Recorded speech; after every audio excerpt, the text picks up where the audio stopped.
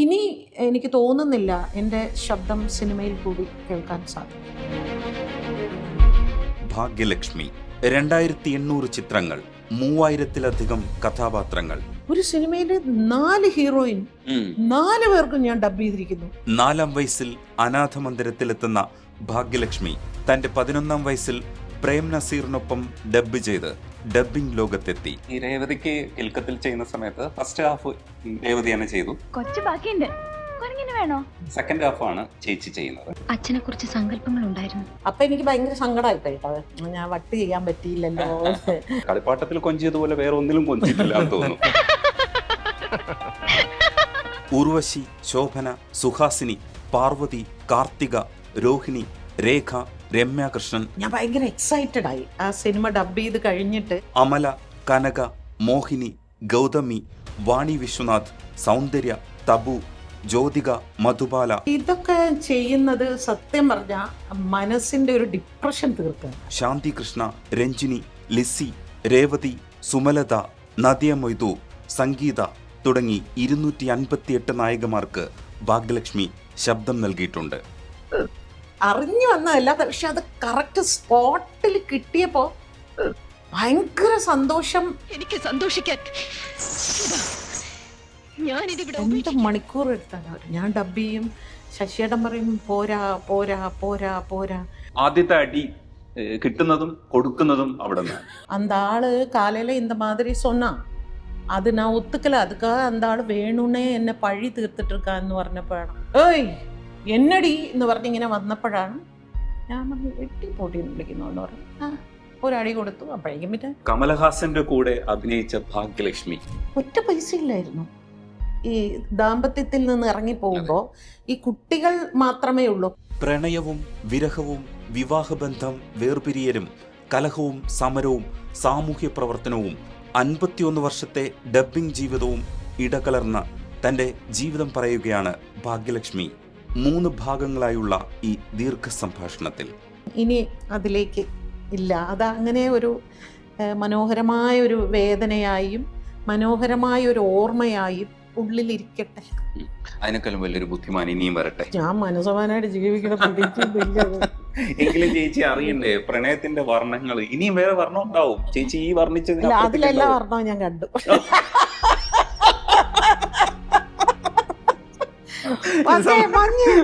വയലറ്റും IndiGo ഇത് സമ്മതിക്കില്ല. ഭാഗ്യലക്ഷ്മി ചേച്ചിയാണ് നമുക്കിപ്പോൾ ഉള്ളത്. ഹായ് ചേച്ചി, നമസ്കാരം. നമസ്കാരം. ചേച്ചിയുടെ ഡബ്ബിംഗ് ജീവിതം പിന്നെ സ്വന്തം ജീവിതം എല്ലാം കൂടെ എൻ്റെ തലയ്ക്കകത്ത് ഇങ്ങനെ നിൽക്കുകയാണ്. എനിക്ക് തോന്നുന്നു ഇതിന്റെ 2ാം ഭാഗത്തിനുള്ള പ്രിപ്പറേഷനിലാണ് ഇപ്പോ. അതെ, 26 എന്തായാലും പബ്ലിഷ് ചെയ്യും. അപ്പോൾ കുറച്ചുകൂടെ ധൈര്യം കിട്ടിയെന്നാണ് മനസ്സിലാക്കുന്നത്. അത്രമാത്രം ധൈര്യം കാണിക്കേണ്ട സംഭവ വികാസങ്ങളൊന്നും ഈ പുസ്തകം ഇറങ്ങിയതിന് ശേഷം ഉണ്ടായിട്ടൊന്നുമില്ല. അതിനു മുമ്പ് നടന്നതൊക്കെയാണ് ധൈര്യം വേണ്ടിയിരുന്ന ഒരു കാലഘട്ടം. കാരണം അന്ന് കുറച്ചുകൂടെ ഈ ഒറ്റയ്ക്കാണല്ലോ എന്നുള്ളൊരു ഭയം ഉള്ളിലുണ്ടായിരുന്നു. അപ്പം ആ ഒറ്റയ്ക്കുള്ളതിനെ പൊരുതി എങ്ങനെ ഒറ്റയ്ക്ക് പൊരുതാം എന്നുള്ളത്. പക്ഷെ മൊത്തത്തിൽ പലതരത്തിലുള്ള ഒരു ധൈര്യം, നമുക്ക് സ്വയം ഒരു ധൈര്യം, പിന്നെ സമൂഹത്തിൽ കുറച്ചുകൂടി ഒരു ആക്സെപ്റ്റൻസ് കിട്ടിയ ഒരു ധൈര്യം നന്നായിട്ട് ഉണ്ടായിട്ടുണ്ട്. സാമ്പത്തികത്തിനപ്പുറം നമ്മളുടെ പല അഭിപ്രായങ്ങളോ അല്ലെങ്കിൽ നമ്മുടെ നിലപാടുകൾ ഇതൊക്കെ കൊണ്ട് സമൂഹം നന്നായിട്ട് തന്നെ സപ്പോർട്ട് ചെയ്യും. പിന്നെ കുട്ടികളൊക്കെ കുറെ കൂടി വലുതായില്ലേ, 2 പുരുഷന്മാരായല്ലോ. അപ്പൊ അവരെ കുറിച്ച് ഇനി ഞാൻ വലുതായിട്ട് ചിന്തിക്കണ്ട. അവരവരുടെ വഴിക്ക് പൊക്കോളും. ഇനി ഞാൻ എൻ്റെ കാര്യം മാത്രം നോക്കിയാൽ മതി.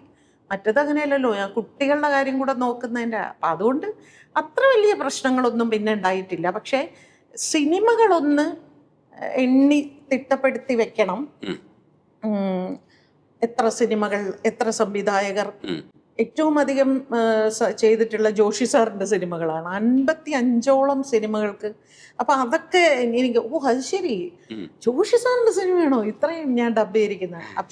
അത് പിന്നെ അതുപോലെ എത്ര നായികമാർ. മലയാള സിനിമയിൽ ഇതുവരെ ഉണ്ടായിട്ടുള്ള ഡബ്ബിംഗ് ആർട്ടിസ്റ്റുകൾ അവരെയും കൂടി ഉൾപ്പെടുത്തിക്കൊണ്ടാണ്. ഇപ്പൊ ഏതാണ്ട് ഒരു കണക്ക് പറഞ്ഞു കഴിഞ്ഞാൽ 258 നായികമാര് എന്ന് വേണമെങ്കിൽ കൂട്ടാം. 3000-ലേറെ കഥാപാത്രങ്ങൾ ചെയ്തിട്ടുണ്ട്. ഇപ്പോ ഒരു 2800 സിനിമ വരെ നമുക്ക് കൽപ്പിക്കാം. 53 വർഷമായി, 51 വർഷം വരെ നമുക്ക് 51 വർഷം കണക്ക് കൂട്ടാം, 51 എന്ന് കണക്ക് കൂട്ടാം. അതെ. അസാധ്യമായിട്ടുള്ളൊരു ജോലിയാണിത്. ഞാനൊരു ചേച്ചിക്ക് ഇഷ്ടപ്പെട്ട ഒരു സാധനം കാണിക്കാം. എനിക്ക് ഇഷ്ടപ്പെട്ട രജനീഷ് അതെ, അതെ. ഏതാണ് അതൊന്ന് അറിയണമല്ലോ. അതെ അതെ അതെ.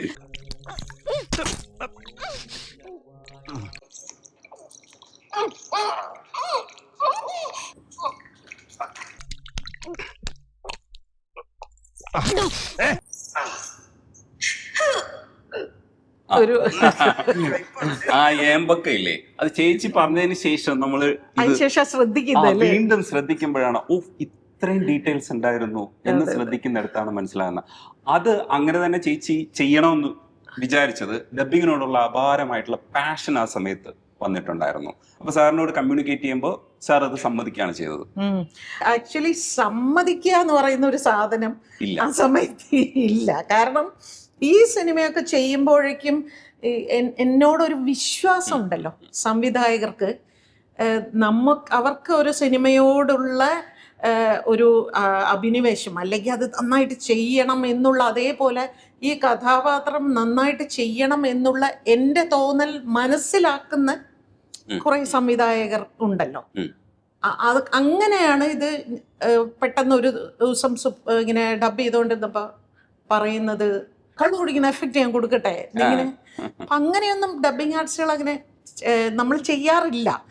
അപ്പോൾ ഭദ്രേട്ടൻ പറഞ്ഞു ആ കൊടുക്കും എന്ന് പറഞ്ഞു. അപ്പൊ ഭദ്രേട്ടൻ വിചാരിക്കുന്നത് ഞാൻ വെറുതെ ഇങ്ങനെ കൊടുക്കുമെന്നാണ്. അപ്പം എന്നാ പിന്നെ പൊട്ടുന്ന കുപ്പി തന്നെ വേണം, എന്നാലേ നമുക്ക് ആ ഇത് കിട്ടുള്ളൂ. അങ്ങനെയാണ് കുപ്പി കൊണ്ടുവന്ന് ഇത് കുടിച്ചു കഴിഞ്ഞിട്ട് അറിയാതെ വന്നൊരു ഏമ്പക്കാട്ടോ. അറിഞ്ഞു വന്നതല്ല, പക്ഷേ അത് കറക്റ്റ് സ്പോട്ടിൽ അത്. അപ്പം അതിൻ്റെ അർത്ഥം ഒരു കുപ്പി കുടിച്ചു കഴിഞ്ഞാൽ ഈ ഏമ്പക്കം അത് വെള്ളമാണെങ്കിലും എന്താണെങ്കിലും അറിയാതെ, പക്ഷെ അത് കറക്റ്റ് സ്പോട്ടിൽ കിട്ടിയപ്പോൾ ഭയങ്കര സന്തോഷം ഭദ്രേട്ടനും എനിക്കും. നമ്മളെന്തോ ഒരു വലിയ കാര്യം ചെയ്തു എന്ന് അങ്ങനെ സംഭവിച്ചു. ചിത്ര ചേച്ചിയെ കൊണ്ട് പാടിച്ചത് തന്നെ ചേച്ചി പിന്നെ ആ സ്റ്റേജിലൊന്നും ആ പാട്ട് പാടിയിട്ടില്ല പരിമലച്ചെരുവിലെ. അത് കോംബോ SP വെങ്കടേഷ്, ഭാസ്കര മാഷാണ് ഈ വരികൾ എഴുതിയെന്നുള്ളത് വേറൊരു കോംബോ. അപ്പൊ നിങ്ങൾ എല്ലാവരും കൂടെ ചേർന്നിട്ട് ഒരു മലയാള സിനിമയുടെ ചരിത്രം ഉണ്ടാക്കുന്ന ഒരു പ്രോസസ്സാണ്. ഉർവശി ചേച്ചിക്ക് ഒരുപാട് ക്യാരക്ടേഴ്സ് ചെയ്തിട്ടുണ്ട്. തലയണ മന്ത്രം ഭയങ്കര ഇഷ്ടപ്പെട്ടതാണ് എനിക്ക്. അതിലൊരു സീന്, 2 സീൻസിന്റെ വ്യത്യാസം ഞാൻ നോക്കിയപ്പോൾ അത് രണ്ടും കാണിക്കാം ഞാൻ. തലയണ മന്ത്രം ചേച്ചിക്ക് ഇഷ്ടപ്പെട്ട സിനിമ ആയതുകൊണ്ട് മാത്രമല്ല, എനിക്ക് ഇഷ്ടപ്പെട്ട സിനിമകളിലൊന്നാണ് ഈ വടക്ക് നോക്കിയന്ത്രം, തലയണ മന്ത്രം പോലെയുള്ള സിനിമകളൊക്കെ നമ്മുടെ ഒരു ഗ്രോ കാലഘട്ടത്തിൽ നമ്മളെ മോൾഡ് ചെയ്ത സിനിമകളാണ്.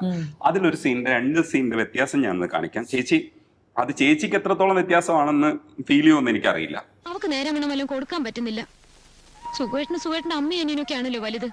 ആയിക്കോ, ഒരു ഉപകാരം ചെയ്തോ, എനിക്ക് എന്റെ മോക്ക് സ്വൈരമായിട്ട് കഴിയാൻ ഒരു വീട് വാടകയ്ക്ക് എടുത്തരോ. ഇത് നോർമലി പറയുന്നത് എക്സാക്ട് തലയണ മന്ത്രം ഇനിയാണ് വരുന്നത്. കൊച്ചുകുട്ടിയല്ലേ, അവക്ക് എന്തറിയാം. ഇനിയും ചിലപ്പോ ശൈലജയുടെ VCR തൊട്ടെന്നിരിക്കും. ഇപ്പൊ ഇത്രയും മാത്രമേ സംഭവിച്ചുള്ളൂ.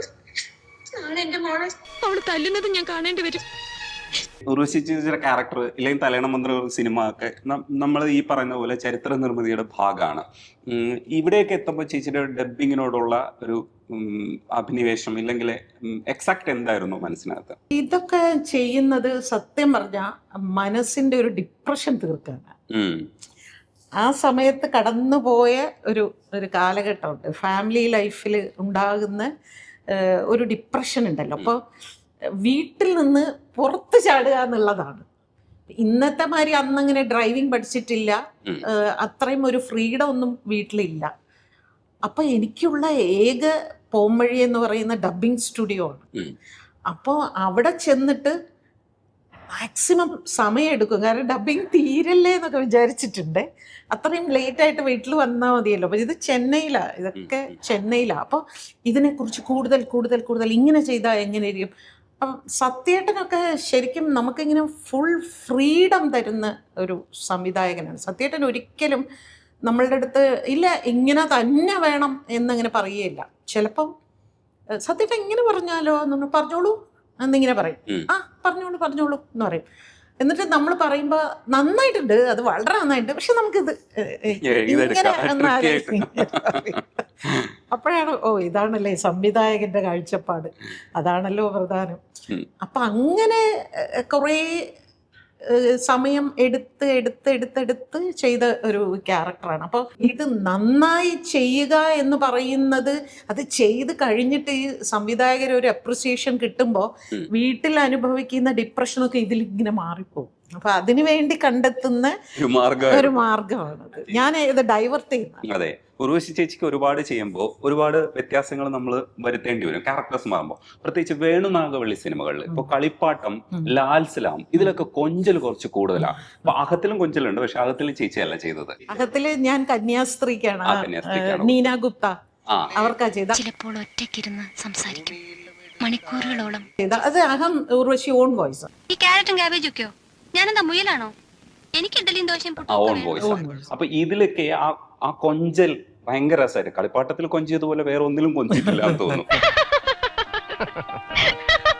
ആ കൊഞ്ചൽ വരുമ്പോ ശരിക്കും എനിക്ക് അറിഞ്ഞൂടാ, ഇപ്പോഴും ഭാഗ്യലക്ഷ്മിയുടെ ആണ് ഈ വോയിസ് എന്ന് എനിക്ക് അറിഞ്ഞൂടാ ആക്ച്വലി. കാരണം ആ ക്യാരക്ടർ അങ്ങനെ ആയതുകൊണ്ട് അത് ചേച്ചി ഭയങ്കര രസമായിട്ട് ഇങ്ങനെ കൊഞ്ചി പോകുന്നതിന്റെ കൂടെ തന്നെ നിൽക്കുന്നുണ്ട്.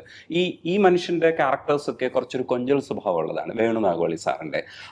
അതെങ്ങനെയായിരുന്നു വേണുനാഗവള്ളി സാറിന്റെ? വേണുചേട്ടന്റെ സ്വാഗതം, സുഗമോ ദേവി, ഇതൊക്കെ ഇങ്ങനെ ചെയ്യുന്ന സമയല്ലേ. അപ്പോൾ വേണുചേട്ടന് എനിക്ക് തോന്നുന്നു ഉർവശി എന്ന് പറഞ്ഞ പൊടി എന്ന് മാത്രമേ അദ്ദേഹം വിളിക്കുള്ളൂ. അപ്പൊ പൊടിമോളോടുള്ളൊരു ഭയങ്കര വാത്സല്യം വേണുചേട്ടനുണ്ട്. അപ്പം വേണുചേട്ടൻ മുളു എന്നാണ് വിളിക്കുന്നത്. അപ്പം എന്നെയും മോളെ എന്നാണ് വിളിക്കുക. അപ്പൊ ഡബിങ് തിയേറ്ററിൽ വരുമ്പോ തന്നെ എന്നോട് പറഞ്ഞ് അവള് ചെല്ലക്കുട്ടിയാണ് കേട്ടോ, അവളെ ഭയങ്കര കൊഞ്ചിച്ചാണ് അവളെ. അപ്പൊ ആ ഇത് ഇങ്ങനെ പറഞ്ഞ് ഈ വാത്സല്യം എന്ന് പറയുന്ന ഒരു സാധനം നമ്മളിങ്ങനെ കുത്തി നിറയ്ക്കും വേണുവേട്ടൻ. അങ്ങനെ ചെയ്തതാണ് ആ ക്യാരക്ടർ. നമ്മളിപ്പോ ലാൽ സലാം നോക്കൂ, ഫസ്റ്റ് ഹാഫില് ഉർവശി അല്ല, സെക്കൻഡ് ഹാഫില് അതും വേണുചേട്ടൻ തന്നെയാണ് ചെയ്യിക്കുന്നത്. ആ ഫസ്റ്റ് ഹാഫിലുള്ള അവളുടെ ചില കുസൃതികളും ഒക്കെ കാണിച്ചിട്ട് സെക്കൻഡ് ഹാഫിൽ ഒരു സഖാവിന്റെ ഭാര്യ ആയതിനു ശേഷം എൻ്റെ ആ ഉർവശി അല്ല സെക്കൻഡ് ഹാഫിൽ വരുന്നത്. ഇതെല്ലാം വേണുചേട്ടൻ നമ്മളെ പറഞ്ഞ് ട്രെയിൻ ചെയ്യുന്ന ഈ ഒന്നാമത് ഈ ഡബ്ബിങ് ആർട്ടിസ്റ്റുകളെ അതിലേക്ക് കൊണ്ടുവരാൻ ഭയങ്കര ബുദ്ധിമുട്ടാണ്. കാരണം നമ്മൾ ആ അറ്റ്മോസ്ഫിയറിലല്ല നിൽക്കുന്നത്. ഷൂട്ടിംഗ് സ്ഥലത്ത് അവർക്ക് കോസ്റ്റാസിൻ്റെ ഒരു സഹായം ഉണ്ടല്ലോ, അത് ആരായാലും ഡയലോഗ് പരസ്പരം അങ്ങോട്ടും ഇങ്ങോട്ടും പറയുന്നു, എക്സ്പ്രഷൻ ഇടുന്നു, ഇങ്ങനെ കുറേ കാര്യങ്ങൾ. പക്ഷെ ഡബ്ബിംഗ് തിയേറ്റർ എന്ന് പറയുന്നത് വളരെ പരിമിതമായ ഒരു സ്ഥലമാണ്. ആ മൈക്കിന് മുമ്പിൽ നിന്ന് പറയുമ്പോൾ നമുക്കിത് ഉൾക്കൊള്ളാൻ ഒരുപാട് സമയമെടുക്കും ഈ ക്യാരക്ടർ. അപ്പം ഇത് നമ്മളിലേക്ക് ഇങ്ങനെ പറഞ്ഞ് നമ്മളെ ആ കഥാപാത്രത്തിലേക്ക് കൊണ്ടുവരാൻ വളരെ കുറച്ച് സംവിധായകരെ അതിനു വേണ്ടി ട്രൈ ചെയ്യാറുണ്ട്. ചിലവരൊക്കെ വൺ മോർ കേട്ടോ എന്നിങ്ങനെ പറയും. എന്താണ് എന്തോ ഒരു സാധനം മിസ്സിങ്, അത് എന്താന്ന് പറയാൻ പറ്റുന്നില്ല എന്ന് പറയും. അപ്പോൾ നമ്മൾ പറയില്ല, എന്താന്ന് പറഞ്ഞാലല്ലേ നമുക്ക്. ഞാൻ എപ്പോഴും പറയുന്ന ഒരു കാര്യമാണ്, ഒരു ക്യാരക്ടർ എന്ന് പറയുന്ന 3 ജനറേഷൻ കഴിഞ്ഞിട്ടാണ് നമ്മളിലേക്ക് വരുന്നത്. ആദ്യം എഴുതുന്ന ആള്, അയാളാണ് സൃഷ്ടിക്കുന്നത് ആ കഥാപാത്രത്തെ. രണ്ടാമത് അതിനെ പോർട്രേറ്റ് ചെയ്യുന്ന ഡയറക്ടർ എങ്ങനെ അതിനെ മനസ്സിലാക്കുന്നു, എഴുതിയ ആൾക്കും ഡയറക്ടറും തമ്മിലുള്ളൊരു, അത് കഴിഞ്ഞ് ആർട്ടിസ്റ്റും കഴിഞ്ഞിട്ടാണ് നമ്മൾ. അപ്പോഴേക്കും 4ാമത്തെ ജനറേഷൻ. അപ്പം ഇതിൻ്റെ ഒരു സത്ത് അരിച്ചരിച്ച് ഇല്ലാതെയാകരുത് എന്നുള്ളൊരു അതെനിക്കുണ്ടായിരുന്നു. നമ്മളിലേക്ക് വരുമ്പോഴേക്കും ഈ കഥാപാത്രത്തിൻ്റെ ഒരു സത്ത് കുറഞ്ഞു പോകരുത്. ഇപ്പം ക്ലാസ്മേറ്റ് സിനിമ ചെയ്യുമ്പോൾ ശരിക്കും അങ്ങനെ വിചാരിച്ച് ചെയ്തതാണ് അത്. എനിക്ക് വളരെ ഇതായിട്ട് തന്നെ പറയാം, ആ ക്യാരക്ടർ വളരെ അവർ ആക്ട് ചെയ്തതിനോടൊപ്പം അല്ലെങ്കിൽ അതിന് മുകളിൽ തന്നെ നിർത്താൻ വേണ്ടി ലാൽ ജോസും ഞാനും ഇപ്പോൾ ഒരുപാട് കഷ്ടപ്പെട്ടു. പ്രത്യേകിച്ച് ആ കമ്പി മുറുക്കിയിട്ട് അവനെ കൊല്ലുന്ന ആ ഡയലോഗില്ലേ, നിനക്ക് തരാൻ പറ്റില്ല, നിനക്കൊന്നും തരാൻ പറ്റില്ല. ആ സീനൊക്കെ ചെയ്യുമ്പോൾ ഒരുപാട് സിനിമകൾ നമ്മളിങ്ങനെ ഇമോഷണലായിട്ട് നമുക്ക് കരച്ചിൽ വരും, ഇങ്ങനെ ശരിക്കും കണ്ണ് നിറയും. അപ്പോൾ നമ്മളങ്ങനെ ആയിപ്പോവും. ഉം. അത്രയ്ക്ക് അങ്ങോട്ട് നമ്മൾ ആഴ്ന്ന് ഇറങ്ങണമെങ്കിൽ അത് ഡയറക്ടർമാർ നമ്മളിലേക്ക് അതിങ്ങനെ നിറയ്ക്കണം. എന്നാലേ അത് ചേച്ചി അത് പറയുമ്പോൾ തന്നെ ആ, ചേച്ചിയുടെ അതെ, അതെ, ഇമോഷൻസ് അതെ. വരുന്നുണ്ട്. ചേച്ചി എങ്ങനെ ഇങ്ങനെ ആധികാരികമായി സംസാരിക്കാൻ പരുവപ്പെട്ടു എന്നുള്ളത് വലിയൊരു കഥയാണ്. എന്ന് വെച്ചാൽ ഈ 51 വർഷത്തെ ഒരു കഥയാണ്. ഡബിങ് എന്ന് തുടങ്ങി, ആ ഡബിങ്ങിന് മുമ്പുള്ള അനുഭവങ്ങൾ പോലും പിന്നീട് ഉപയോഗിച്ചിട്ടുണ്ടാവാം. പിൽക്കാലഘട്ടത്തിലായിരിക്കും ചേച്ചി അതിനെ അത്രയും നന്നായിട്ട് എക്സിക്യൂട്ട് ചെയ്തത്. ആദ്യഘട്ടത്തിലൊന്നും ഇതൊരു ഉപജീവന മാർഗം മാത്രമായിരുന്നല്ലോ, പിന്നീടാണല്ലോ പാഷൻ തുടങ്ങി. അതെ അതെ. അപ്പൊ തിരനോട്ടത്തില് ഈ 4 പേര് വന്ന് അശോക് കുമാർ, പ്രിയദർശൻ സാറ്, ലാലേട്ടൻ, പിന്നെ മേനക സുരേഷ് ഉണ്ടായിരുന്നു. ഇവര് 4 പേരും വന്ന് കാണുമ്പോൾ എനിക്ക് തോന്നുന്നു ലാലേട്ടനാണ് ഹലോ പറഞ്ഞത്. അതെ. അപ്പോ ചേച്ചി ഹലോ പറഞ്ഞില്ല തിരിച്ച്. അതെ. അന്ന് എത്ര വയസ്സായിരുന്നു? ഒരു 17-18 വയസ്സുണ്ടാവും. ആ, എന്നിട്ട് എപ്പോഴാണ് ഈ ഹലോ തിരിച്ചു പറഞ്ഞത്? പിന്നെ അതിനുശേഷം എനിക്ക് തോന്നുന്നു പിന്നെ കാണുന്ന നോക്കത്ത ദൂരത്തിന്, നോക്കത്ത ദൂരത്താണല്ലോ ആർട്ടിസ്റ്റ് ഡബിങ്ങിന്റെ ഒരു എന്താണെന്ന് പാഠം മനസ്സിലാവുന്നത്. അപ്പൊ അവിടെ വെച്ച് കണ്ടപ്പോഴാണ് എനിക്ക് ഇയാളെ ഞാൻ എവിടെയോ കണ്ടിട്ടുണ്ടല്ലോ. അപ്പൊ ഹലോ, ആ ഹലോ. അപ്പൊ ഇതിലൊരു നല്ല റോളല്ലേ മറ്റേത് അത്ര വലിയ ഒരു റോളൊന്നും അല്ലല്ലോ. അപ്പോ ഹലോ. അല്ല, തിരനോട്ടം റിലീസും ആയില്ലല്ലോ. ഇല്ല. ഉം. അപ്പോൾ നമ്മൾ തമ്മിൽ പരിചയപ്പെട്ടിട്ടില്ലേ എപ്പോ? തിരനോട്ടം. ആ അതില് ആ സൈക്കിൾ. ആ അതാണല്ലേ ഇത്. പക്ഷെ ആ അത്രയും വരെ ഒരിക്കൽ പോലും ഞാൻ അദ്ദേഹത്തെ ഡബിങ് സ്റ്റുഡിയോയിൽ വെച്ച് കണ്ടിട്ടേ ഇല്ല. കണ്ടിട്ടില്ല. ആ. പിന്നെ കാണുന്ന നോക്കത്ത ദൂരത്ത്. ഈ നോക്കത്ത ദൂരത്ത് കണ്ണെന്നിട്ടാണ് ചേച്ചി ശരിക്കും ഡബിങ് പഠിക്കുന്ന സിനിമ. സഹസംവിധായകരായിരുന്നത് സിദ്ദിഖ് ലാലായിരുന്നു. അപ്പൊ അവർ രണ്ടുപേരും ശരിക്കും കളിയാക്കിയ ഒരു സന്ദർഭം ഉണ്ടായിട്ടുണ്ട്. അതിനുശേഷം ഫാസിൽ സാറും പിന്നെ വിൻസെന്റ് മാഷും ആണ്. അല്ല, ദേവദാസ് സാർ, ദേവദാസാണ് സൗണ്ട് എഞ്ചിനീയർ സൗണ്ട് എഞ്ചിനീയർ ദേവദാസാണ് ശരിക്കും ചേച്ചിയെ ഡബിങ് എന്താണെന്ന് യഥാർത്ഥത്തിൽ മനസ്സിലാക്കിക്കുന്നത്. അവിടെ മുതൽ ശരിക്കും സീരിയസ് ആയിട്ട് കണ്ടോ? ആ ആ. അത് ഞാൻ ഭയങ്കര എക്സൈറ്റഡ് ആയി ആ സിനിമ ഡബ് ചെയ്ത് കഴിഞ്ഞിട്ട്. അതുവരെ വീട്ടില് വല്യമ്മയുടെ മോള് ലളിത ചേച്ചി ഉണ്ട് എന്ന് ഞാൻ ആ പുസ്തകത്തിൽ പറഞ്ഞിട്ടുണ്ടല്ലോ. അപ്പോൾ സ്റ്റുഡിയോയിൽ പോയി ഡബ് ചെയ്ത് വന്നാൽ പിന്നെ ഒന്നും അതിനെക്കുറിച്ച് അങ്ങനെ പറയാറില്ല. പക്ഷേ ഈ സിനിമ ഡബ് ചെയ്തിട്ട് വീട്ടിൽ പോയിട്ട് ചേച്ചിയുടെ അടുത്ത് ഇതിൻ്റെ കഥ ഇങ്ങനെ പറഞ്ഞിട്ട് ഇതിന് ഞാൻ ഇങ്ങനെയാണ് ഡബ് ചെയ്തത്, അപ്പോൾ ആ ഡയറക്ടർ എന്നെ ഇങ്ങനെ ശബ്ദം ഇങ്ങനെ ആയിരിക്കണം എന്ന് പറഞ്ഞു, ആ സൗണ്ട് എഞ്ചിനീയർ എന്നോട് പറഞ്ഞു എങ്ങനെയൊക്കെ ആയിരിക്കണം. അപ്പം ഞാൻ വീട്ടിൽ നിന്ന് ഇതൊക്കെ ചെയ്ത് കാണിക്കും. അത്രയും എക്സൈറ്റഡ് ആയിരുന്നു ഞാൻ. കാരണം അത്രമാത്രം ഡബിങ് എന്ന് പറയുന്ന ഒരു പ്രൊഫഷന് അല്ലെങ്കിൽ ആ പ്രക്രിയയ്ക്ക് ഇത്രയേറെ പ്രാധാന്യമുണ്ട് എന്ന് എന്നെ മനസ്സിലാക്കി തന്ന ഒരു സംവിധായകനും സൗണ്ട് എഞ്ചിനീയറുമാണ് ഇവർ രണ്ടുപേരും. അത് പിന്നെ അങ്ങോട്ട് കുറേ നാൾ ആ ചുവട് പിടിച്ച് ഞാൻ കുറേ സിനിമകൾ ചെയ്തേട്ടോ. അതേപോലെയൊക്കെ കുറേ പടം കുറേ കഴിഞ്ഞപ്പോഴാണ് ഇത് ഒരേ സ്റ്റൈലാവുന്നുണ്ടല്ലോ, ഇതൊന്ന് മാറ്റി പിടിക്കണമല്ലോ. അങ്ങനെയാണ് പിന്നെ സത്യേട്ടൻ്റെ ഈ പറഞ്ഞ കുറേ സിനിമകൾ, വേൺ ചേട്ടൻ്റെ സിനിമകൾ വന്നപ്പോൾ ഞാൻ ഇങ്ങനെ പൊയ്ക്കൊണ്ടിരുന്ന് പെട്ടെന്നൊരു സുപ്രഭാതത്തിൽ ഞാൻ കുറച്ചുകൂടെ വൈഡായി ചിന്തിച്ചു തുടങ്ങി. പിന്നെ ഇത് വൈഡല്ല, ഞാൻ ഇപ്പോഴും പഠിച്ചുകൊണ്ടേയിരിക്കുക. ഇപ്പോഴും ഇതിൽ ഇനിയും ഒന്നും ആയിട്ടില്ല, ഒരു 1% പോലും ചെയ്തിട്ടില്ല എന്ന് എനിക്ക് പലപ്പോഴും തോന്നാറുണ്ട്. അപ്പൊ അതിങ്ങനെ ഞാൻ പൊക്കോണ്ടേയിരിക്കുക. ഈ അമലയ്ക്ക് ഡബ് ചെയ്ത എന്റെ സൂര്യപുത്രിക്കും അതേപോലെ ഉള്ളടക്കത്തിലും ചെയ്തിട്ടുണ്ട്. അപ്പൊ എന്റെ സൂര്യപുത്രിയുടെ ചില സീക്വൻസ് JB ജംഗ്ഷനിൽ കാണിച്ച സമയത്ത് ചേച്ചി തന്നെ പറയുന്നുണ്ടായിരുന്നു ഇത് റീഡബ് ചെയ്താൽ കൊള്ളായിരിക്കും. ആ ഇമോഷൻസ് ഞാൻ ഇപ്പോഴാണെങ്കിൽ ഇങ്ങനെയായിരിക്കും ചെയ്യുക. ഇതൊരു കൊതിയായിട്ട് ചേച്ചിക്ക് പലപ്പോഴും തോന്നിയിട്ടുണ്ടോ? അതായത് സിനിമ കാണുമ്പോൾ ഇതൊന്നുകൂടെ ഒന്ന് ഡബ് ചെയ്യാൻ. എന്തായിരുന്നു നിങ്ങൾ ഇത്രയും കാലം എനിക്ക് തന്നുകൊണ്ടിരുന്നത്? സ്നേഹമോ പരിഹാസമോ? കുറേ സിനിമ അങ്ങനെ തോന്നിയിട്ടുണ്ട്. കുറേ സിനിമ വീട്ടിലിരുന്നിട്ട് ഇതൊക്കെ ഇങ്ങനെ വെറുതെ ഇരുന്ന് കാണുമ്പോഴേ അപ്പം എനിക്കിങ്ങനെ തോന്നും, അയ്യോ അത് കുറച്ചും കൂടി നന്നാക്കായിരുന്നു. അങ്ങനെ കുറേ സിനിമ. പക്ഷേ എന്ന് പറഞ്ഞൊരു സിനിമ അറിയില്ലേ, ശോഭനയും മോഹൻലാലും. ആ ക്യാരക്ടറൊക്കെ ഒരുപാട് ഇൻവോൾവ് ചെയ്ത ക്യാരക്ടർ. അതൊക്കെ എനിക്ക് ഇതുപോലെ ഒന്നുകൂടി ചെയ്താൽ നന്നായിരുന്നു എന്ന് തോന്നിയ കഥ.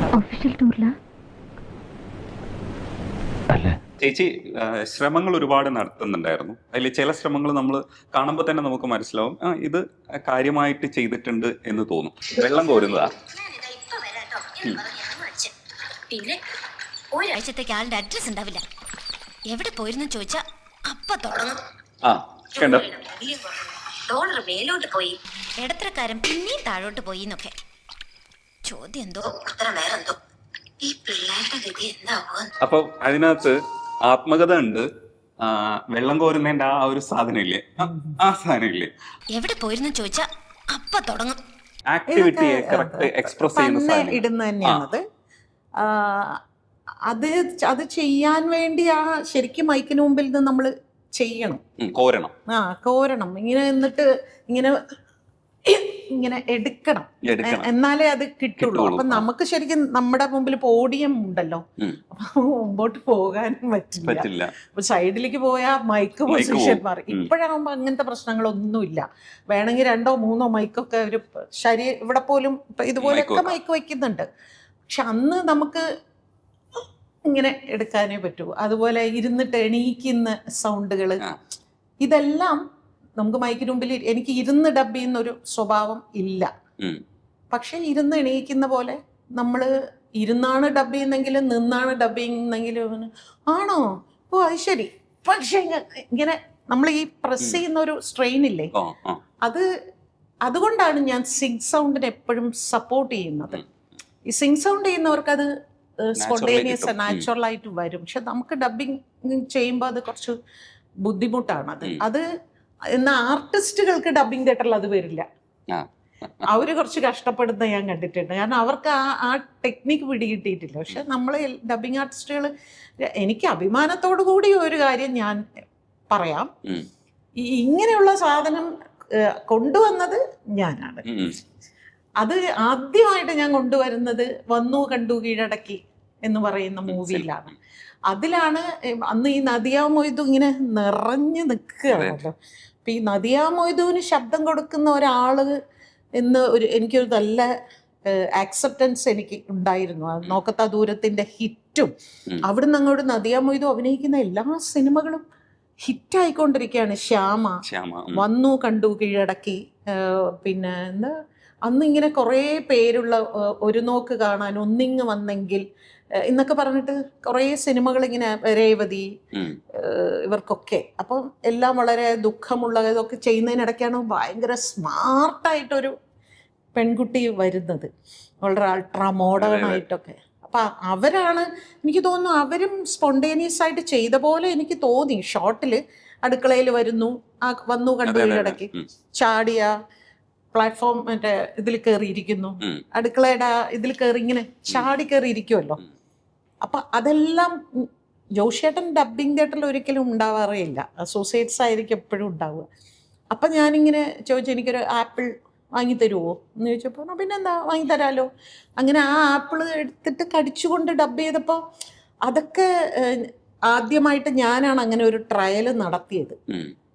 അത് പിന്നീട് ഞാൻ എൻ്റെതായിട്ടുള്ള ഒരു സ്റ്റൈലായിട്ട് ഞാൻ കൂടെ കൊണ്ട് നടക്കുമായിരുന്നു. പക്ഷെ പിന്നെ പല ഡബ്ബിങ് ആർട്സുകൾ, അതുവരെ ഊണ് കഴിക്കുന്നതൊക്കെ ഞാൻ നേരത്തെ പറഞ്ഞ മാതിരി വട ഇങ്ങനെ പിച്ചിട്ടിട്ട് വട കഴിക്കും. കാരണം ഇത് കർമുറുന്നാവാനും പാടില്ല, ചോറുണ്ണുന്ന എഫക്റ്റ് വേണം എന്തായാലും. അപ്പം അതുകൊണ്ട് പേപ്പർ കുതിർത്ത് കഴിക്കുക, പേപ്പർ വെള്ളം ഒഴിച്ച് കുതിർത്തിട്ടാലേ ഇത് ചോറ് പോലെ ചവയ്ക്കാൻ പറ്റുള്ളൂ. അപ്പോൾ ചിലപ്പോൾ രാവിലെ 9 മണിക്കാണെങ്കിൽ ചോറൊന്നും കിട്ടില്ല, വടയൊന്നും കിട്ടില്ല. അപ്പം കുറച്ച് പേപ്പർ വെള്ളത്തിലിട്ട് കുതിർത്തിട്ട് അതിങ്ങനെ ഒരു പ്ലേറ്റ് നിറച്ച് വെച്ചിട്ട് അതിങ്ങനെ വായലിട്ടുകൊണ്ട് ഡയലോഗ് പറയുക. ഇങ്ങനെ കുറേ ഭയങ്കര ഇൻട്രസ്റ്റിംഗ് ആണ് ആക്ച്വലി. നമ്മളിത് ചെയ്യുമ്പോൾ ഒരു പുതിയ കണ്ടുപിടുത്തം സംഭവിച്ച പോലെ. ഈ രേവതിക്ക് കിൽക്കത്തിൽ ചെയ്യുന്ന സമയത്ത് ഫസ്റ്റ് ഹാഫ് രേവതി തന്നെ ചെയ്തു. കൊച്ചു ബാക്കിയുണ്ട്, വേണോ? സെക്കൻഡ് ഹാഫ് ആണ് ചേച്ചി ചെയ്യുന്നത്. അച്ഛനെ കുറിച്ച് സങ്കല്പങ്ങൾ ഉണ്ടായിരുന്നു കുട്ടിക്കാലത്ത്.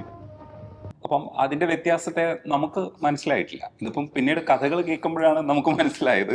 അത് ഭയങ്കര ഒരു രസമുള്ള ഒരു ക്യാരക്ടർ പ്രസന്റേഷനാണ്. അത് ട്വിസ്റ്റ് വരുമ്പോഴാണ് നമ്മൾ ആ വോയിസ് മാറുമ്പോൾ നമുക്കൊന്നുമില്ല. കാരണം ആ ക്യാരക്ടർ മാറുമ്പോൾ ഓൾറെഡി തന്നെ അയാളുടെ വോയിസിന് ബോൾഡ്നെസ് വന്നു, മറ്റേ പഴയ കൊഞ്ചലില്ല, കളിയില്ല എന്നുള്ള സാധനമാണ് വരുന്നത്.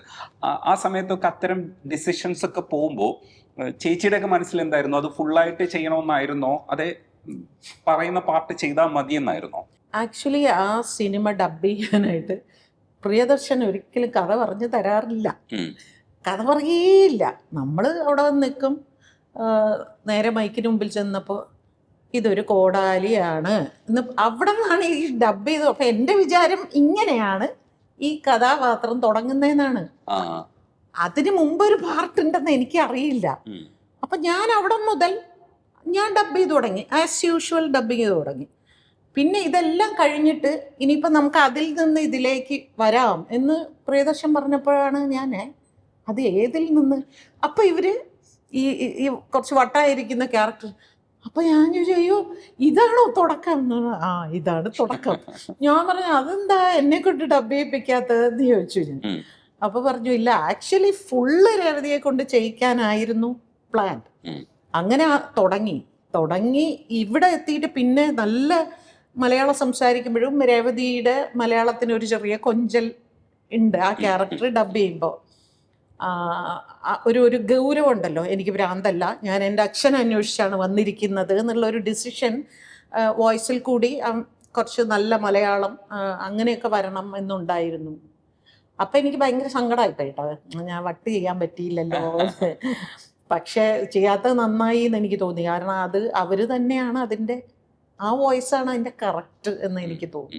പക്ഷെ ദേവാസുരവും നന്ദനവും ഒക്കെ ചേച്ചിയുടെ ശബ്ദമാണ് ഉപയോഗിച്ചിരിക്കുന്നത്. കുറേ അതിനു മുമ്പ് ഈ പറയുന്ന കൊച്ചു ഡോക്ടർ എന്ന് പറയുന്ന രേവതിയുടെ സിനിമ, ഈ പറയുന്ന ഒന്നിങ്ങി വന്നെങ്കിലാണോ ഒരു നോക്ക് കാണാനോ അങ്ങനെ ഏതോ ആ സമയത്ത് ഇങ്ങനെ കുറേ സിനിമകൾ തന്നെ, അതിലൊക്കെ രേവതിയുടെ അന്ന് മുതലേ രേവതിയുടെ കുറേ സിനിമകൾ ചെയ്യുന്നുണ്ടായിരുന്നു. അങ്ങനെയാണ് ഈ ദേവാസുരം ചെയ്യുമ്പോഴാണ് എനിക്ക് തോന്നുന്നു ഇത്രയധികം സമയമെടുത്ത് ചെയ്ത ആ ഒരു സീന്, ചിലങ്ക വലിച്ചെറിയുന്ന സീനല്ലേ, എനിക്ക് തോന്നുന്നു ഞാനൊരു 2 മണിക്കൂറോളം അത് ഡബ് ചെയ്തു.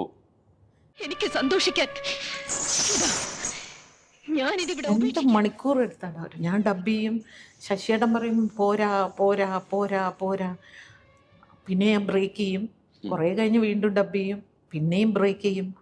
അങ്ങനെ സമയമെടുത്താണ് ആ സീന് തീർത്തത്. അതിൻ്റെ ഒരു റിസൾട്ട് ശരിക്കും എല്ലാവരും പറയുമ്പോഴാണ് മനസ്സിലാവുന്നത്. അപ്പം ഞാനാണ് എന്തിനാ ഇത്രയൊക്കെ ബുദ്ധിമുട്ടുണ്ടാവും, നന്നായിട്ടല്ലേ ചെയ്തത് എന്നൊക്കെ നമുക്ക് തോന്നും കേട്ടോ. പക്ഷെ സംവിധായകന്റെ മനസ്സിലെന്താണെന്നുള്ളത് കൊണ്ടുവരുന്നവരെ എനിക്കതിലെ ഏറ്റവും സന്തോഷം എന്താണെന്ന് വെച്ചാൽ ശശിയേട്ടൻ്റെ ഒക്കെ സിനിമയിൽ തുടക്കത്തിൽ നിന്നൊക്കെ എന്നെ സ്റ്റുഡിയോയിൽ നിന്ന് ഇറക്കി വിട്ടിട്ടുണ്ട്.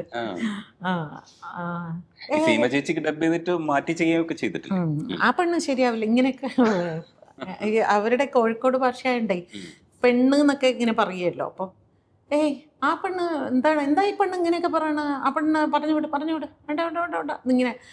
അതേ ശശിയേട്ടൻ പിന്നെ അങ്ങേയറ്റം റെസ്പെക്റ്റോടു കൂടെയും ഇല്ല ഭാഗ്യലക്ഷ്മി തന്നെ വേണം എന്ന് പറയുന്ന ഒരു ഇതിലേക്കൊക്കെ വന്നപ്പോൾ അത് എനിക്ക് ഭയങ്കര സന്തോഷമാണ്. ചേച്ചിക്ക് അങ്ങനെ ഒരുപാട് ഭാഗ്യം കിട്ടിയിട്ടുണ്ട്. ഇപ്പൊ നസീർ സാറിന്റെ കൂടെ ഡബിങ് തുടങ്ങാൻ പറ്റുക, രോമാഞ്ചല്ലേ. അത്രയും അന്നത്തെ കാലഘട്ടത്തില് അങ്ങനെ ഒരു ലെജൻഡ്. അന്ന് നമുക്ക് വലിയ പേടി എന്ന് പറയുന്ന ഒരു സാധനം വലുതായിട്ട് ഇല്ലാത്തൊരു പ്രായം. അപ്പം നസീർ സാറ് എന്ന് പറയുന്ന ഒരു ആർട്ടിസ്റ്റ്, പിന്നെ എന്താണ് നമ്മളെ പഠിപ്പിക്കുന്നത് ഇത് ഇത്ര വലിയ കാര്യം അതൊന്നും ഇല്ല, നമുക്ക് അത്രയും ബുദ്ധിയും വിവരമൊന്നും ഇല്ലാത്തൊരു സമയത്താണ് നസീർ സാറ് മോളെ ഇങ്ങനെ അങ്കിള് തൊടുമ്പോൾ ഇത് പറയണം എന്നൊക്കെ പറഞ്ഞ് തൊട്ട് ആണ് ആ ഡയലോഗൊക്കെ ആ സിനിമയിൽ പറയിപ്പിക്കുന്നത്. 11 വയസ്സ്. അതെ. പക്ഷേ കുറേ കാലങ്ങൾക്ക് ശേഷം ഞാൻ ഹീറോയിൻ വോയിസ് ഒക്കെ ചെയ്തു തുടങ്ങിയപ്പോൾ നസീർ സാറും ഞാനും ഒന്നിച്ച് നിന്ന് ഒരു സിനിമ ഡബ് ചെയ്തോണ്ടിരിക്കുക. അപ്പം നസീർ സാറിനോട് ഞാൻ ചോദിക്കുക എന്താ ഇങ്ങനെ ഔട്ട് സിംഗിൽ ഡബ് ചെയ്യുന്നേ, ലിപ്പ് നോക്കൂലേ? നസീർ സാർ ഉറക്കെ ചിരിച്ചു കേട്ടോ. ചിരിച്ചിട്ട് പണ്ട് ഞാൻ തൊട്ട് വെച്ചിട്ട് അപ്പൊ ഞാൻ പറഞ്ഞു നല്ല സിങ്ക് ഔട്ടാണ്. അത് കമ്പ്യൂട്ടറൈസ്ഡ് എന്ന് പറയുന്ന ഒരു സിസ്റ്റത്തിലേക്ക് മാറിയപ്പോൾ ഈ ലൂപ്പ് പോയിട്ട് കമ്പ്യൂട്ടറൈസ്ഡ് ഡബിങ് എന്ന് പറയുന്ന ഒരു ഇതിലേക്ക് വന്നപ്പോഴാണ് ഞാൻ തന്നെ ചിലപ്പോൾ ഞാൻ ആലോചിക്കാം അയ്യോ ഞാൻ എന്ത് മോശം ഈ കാണിക്കുന്ന, 1 more സിങ്ക് ഔട്ടായിരുന്നു എന്നൊക്കെ പറയുമായിരുന്നു. Okay 1 more. അപ്പോൾ വല്യമ്മ ഇങ്ങനെ പറയും നീ എന്ത് ധൈര്യത്തിലാണ് ഇങ്ങനെയൊക്കെ സംസാരിക്കുന്നത്? ഞാൻ പറഞ്ഞു അല്ലാതെ സിങ്ക് ഔട്ടില്ല, സാറ് ഡബ് ചെയ്യുന്ന സിങ്ക് ഔട്ടില്ല. ആ ഒരു വലിയ മനസ്സ് അദ്ദേഹത്തിന് ഉണ്ടായിരുന്നു കേട്ടോ. പക്ഷെ പിന്നെ ഒരു കാലഘട്ടം എത്തിയപ്പോഴാണ് ഈ ഹീറോസൊക്കെ ഡബ്ബിങ് ആർട്ടിസ്റ്റുകളുടെ കൂടെ നിന്ന് ഡബ് ചെയ്യാനൊന്നും പറ്റില്ല, അത് ഞങ്ങൾ ചെയ്തോളാം, അവർ പിന്നെ എപ്പോഴെങ്കിലും വന്ന് ചെയ്യട്ടെ, അങ്ങനെ ഒരു ജനറേഷന്റെ കൂടെയും നമ്മൾ വർക്ക് ചെയ്തു. അങ്ങനെ അതെ, എല്ലാ കാര്യങ്ങളും ഡബിങ്ങിനെ കുറിച്ച് ആധികാരികമായ എല്ലാ വിവരങ്ങളും എത്ര ജനറേഷന്റെ കൂടെ വർക്ക് ചെയ്തു എന്ന് ആലോചിക്കുക. അതുപോലെ സാങ്കേതികത മാറി വരികയല്ലേ, ടെക്നോളജി എല്ലാ ഇതിലേക്കും അതെല്ലാം കാണാൻ സാധിച്ചു എന്ന് പറയുന്നത്. ഈയിടെ എനിക്ക് തോന്നുന്നു വിനീതും റഹ്മാനും ഒക്കെ ഈയിടെ അല്ല കുറച്ചു നാൾ മുമ്പ് ഇരുന്ന് സംസാരിക്കുമ്പോൾ പറയാം, നമ്മളൊക്കെ ഇപ്പോഴും ഇൻഡസ്ട്രിയിൽ ഉണ്ടല്ലേ, ഒരു വലിയ കാര്യമല്ലേ. അതെ, എക്സിസ്റ്റ് ചെയ്യുക, പിന്നെ അതിനെ പറ്റിയിട്ട് വർത്താനം പറയുക. അപ്പൊ ആധികാരികമായി വർത്താനം പറയാൻ ആള് വേണം. അപ്പം ഇപ്പൊ നമ്മൾ ഡബിങ്ങിനെ കുറിച്ചുള്ള എന്ത് ചേഞ്ചസിനെ കുറിച്ച് വേണമെങ്കിലും ചേച്ചിയെ വിളിച്ച് ചോദിക്കാവുന്ന രീതിയിലുള്ള അനുഭവമായി. അപ്പൊ അത്രയും ചെറിയ പ്രായത്തില് ആദ്യകാലഘട്ടത്തിൽ ഇപ്പൊ ചേച്ചി ബുക്കിൽ എഴുതിയിട്ടുള്ളത് പോലെ ആദ്യകാലഘട്ടത്തിൽ ഒരു തരത്തിലുള്ള വില ഉണ്ടായിരുന്നില്ല. ഇങ്ങനെ ഏതെങ്കിലും ജൂനിയർ ആർട്ടിസ്റ്റുകളെ കയറ്റും പോലെ കൊണ്ടുപോയി അവിടെ തള്ളിയിട്ട് കുറെ പേര് ഒരു സ്റ്റുഡിയോയിൽ നിന്ന് വീർത്ത് ഡംപിങ് എന്നാ ഞാൻ പറയാ, ഡംപിങ് സ്പേസ് എന്ന് പറയും. കാരണം എല്ലാവരെയും കൂടെ ഒരു കാറിലിങ്ങനെ കൂട്ടം തിക്കി തിരക്കിയൊക്കെ ആയിരിക്കും ഇരിക്കുന്നത്. അപ്പൊ എൻ്റെ കൂടെയാണ് ഈ വല്യമ്മ വരുന്നത്, വേറെ ആരുടെ കൂടെയും ആരും ഉണ്ടാവില്ല. അതിനെത്ര പരിഹാസം കേട്ടിട്ടുണ്ടെന്നറിയാം. ഇത് എന്തിനിപ്പോ ഈ തള്ളയും കൊണ്ട് ഇവിടെ വരുന്നത്? ഡബിങ് തിയേറ്റർ പോലുള്ള ഒരു സ്ഥലത്ത് അങ്ങനെ ഒരു കൂട്ടിന്റെ ആവശ്യമില്ല ആക്ച്വലി. കാരണം അതൊരു 4 ചുമരിനുള്ളിൽ നമ്മൾ ഡബ് ചെയ്യുന്ന ഒരു സ്ഥലമാണ്, ഒരു സ്റ്റുഡിയോ ആണ്, അല്ലാതെ ഷൂട്ടിംഗ് സ്ഥലം പോലെ അല്ലല്ലോ. അപ്പൊ അവരെ സംബന്ധിച്ച് അതൊരു അനാവശ്യമായ ഒരാളാണ്. പ്രൊഡക്ഷനെ സംബന്ധിച്ച് എക്സ്ട്രാ ഒരാളുടെ ഫുഡ്, കാറിൽ എക്സ്ട്രാ ഒരാളുടെ സീറ്റ്, ഇതെല്ലാം വരുന്നുണ്ടല്ലോ. അപ്പോൾ അതിനൊക്കെ ഒരുപാട് പരിഹാസങ്ങളും പല രീതിയിൽ. പക്ഷേ അതിൽ വല്യമ്മ എൻ്റെ അടുത്തേക്ക് ആരെയും വരാതിരിക്കാനുള്ളൊരു പ്രൊട്ടക്ഷൻ ആയിരുന്നു എന്നുള്ളത് അന്ന് ഞാനും ചിന്തിച്ചിട്ടുണ്ട്. ശരിയാണ്, ഈ ആൾക്കാരൊക്കെ പറയുന്നത് എന്തിനാ ഈ വല്യമ്മ ഇങ്ങനെ എൻ്റെ കൂടെ, ഞാൻ പോകുമല്ലോ ഒറ്റയ്ക്ക് എന്നൊക്കെ ഞാനും വിചാരിച്ചിട്ടുണ്ട്. പക്ഷെ പിന്നെയാണ് നമുക്ക് കുറച്ച് കാര്യങ്ങൾ പിടികിട്ടി വരുമ്പോഴാണ്, ഇതിനായിരുന്നോ ഇവർ നമ്മളുടെ കൂടെ പ്രൊട്ടക്ട് ചെയ്ത് നടന്നിരുന്നത് എന്ന്. ചെറിയമ്മ വരുമ്പോഴാണ് വല്യമ്മ എന്തായിരുന്നു ചെയ്തിരുന്നെന്നുള്ളത് മനസ്സിലാവുകയും കുറച്ച് ലൂസ്ഡ് ആയിട്ടുള്ള ഒരു അവസ്ഥയും. ശരിക്കും ആ സമയത്ത് ഞാൻ അവിടെ നിന്ന് എസ്കേപ്പ് ആയില്ലായിരുന്നെങ്കിൽ, എന്നെ സംബന്ധിച്ച് എനിക്ക് ഈ വിവാഹം എന്ന് പറയുന്നത് അതിൽ നിന്നുള്ളൊരു എസ്കേപ്പിസം ആയിരുന്നു. അങ്ങനെ ഞാൻ അവിടെ നിന്ന് എസ്കേപ്പ് ചെയ്തില്ലായിരുന്നുവെങ്കിൽ ഞാൻ ഇപ്പോഴും കോടമ്പക്കത്ത് ഒന്നൊന്നും ആകാതെ കുറേ സിനിമകൾ ഡബ് ചെയ്ത് കുറേ കാലം കഴിയുമ്പോൾ നമ്മൾ അതിൽ നിന്ന് പതുക്കെ ഇല്ലാതെയായി. പിന്നെ നമ്മൾ വീണ്ടും ഇപ്പോഴും പലരും ഈ ക്രൗഡ് ഡബ് ചെയ്യുന്നതിലേക്ക് മാറുന്നുണ്ട്. അന്നത്തെ പല പ്രധാനപ്പെട്ട വോയിസ് ചെയ്തവർ ഇന്ന് അവർ ക്രൗഡ് ഡബ് ചെയ്യുന്നുണ്ട്. എന്തെങ്കിലും ഒന്ന് കിട്ടുക, അതിലേക്ക് ചിലപ്പോൾ ഞാൻ പോകുമായിരുന്നു. അന്ന് ഞാൻ കേരളത്തിലേക്ക് വന്നില്ലായിരുന്നുവെങ്കിൽ ചിലപ്പം എൻ്റെ ലൈഫ് ഇങ്ങനെ ആയിരിക്കില്ല. ചേച്ചിയുടെ ലൈഫിൽ ഒരുപാട് ഘട്ടങ്ങളുണ്ട്. ഇപ്പോ 4 വയസ്സിൽ കയറ്റിറക്കങ്ങൾ. അതെ 4 വയസ്സിൽ അനാഥ മന്ദിരത്തിലേക്ക് പോകുന്ന ആ സീനിൽ എനിക്ക് ഭയങ്കര സങ്കടം വന്നു. കാരണം കമ്മ്യൂണിക്കേഷൻ പ്രോപ്പർ ആയിരുന്നെങ്കിൽ എന്ന് ചേച്ചി പിൽക്കാലഘട്ടത്തിൽ പറയുന്നുണ്ട്. അമ്മ കൊണ്ടുവിട്ടത് എന്തിനായിരുന്നു, ഒരു കൗൺസിലിംഗ് മോഡിൽ സംസാരിച്ചവിടെ കൊണ്ടുവിട്ടിരുന്നെങ്കിൽ ചേച്ചിക്ക് ഷോക്കിംഗ് ആവില്ലായിരുന്നു, ഈ ഒരു ദാർഷ്ട്യക്കാരി ഒരു തൻ്റെടക്കാരി ഉണ്ടാവില്ലായിരുന്നു ഒരു പക്ഷേ. നമ്മളും അങ്ങനെ ചിന്തിക്കണം. കാരണം ചെറുപ്പത്തിൽ ഉണ്ടാവുന്ന ചില അനുഭവങ്ങളാണ് നമ്മളെ അങ്ങനെ നയിക്കുന്നത്. അപ്പോൾ ആ കമ്മ്യൂണിക്കേഷൻ എന്തുകൊണ്ട് നടത്താത്തതെന്ന് നമുക്കറിയാൻ പറ്റില്ല. അമ്മയുടെ പല സിറ്റുവേഷൻസ് അങ്ങനെ ആയിരുന്നിരിക്കാം. അപ്പം പിന്നെ എല്ലാവരും നല്ല കമ്മ്യൂണിക്കേറ്റേഴ്സ് ആവണമെന്നില്ല, അതായിരിക്കും അന്നത്തെ രീതി എന്ന് പറയുന്നത്. പക്ഷെ ചേച്ചി അവിടെ നിന്ന് സർവൈവ് തുടങ്ങുന്നു. ആദ്യത്തെ അടി കിട്ടുന്നതും കൊടുക്കുന്നതും അവിടെ നിന്നാണ്. പിന്നെ അങ്ങോട്ട് പല സ്റ്റേജസിൽ പൈപ്പിൻ ചുവട്ടിൽ വെച്ചിട്ട് ഒരു പെൺകുച്ചിയെ തല്ലുന്നു. നമ്മൾ അതിന് നിർബന്ധിതരാവുകയാണ്. കാരണം ഇങ്ങനെ മാത്രമേ നമുക്ക് യുദ്ധം ചെയ്ത് മുമ്പോട്ട് പോകാൻ പറ്റുള്ളൂ.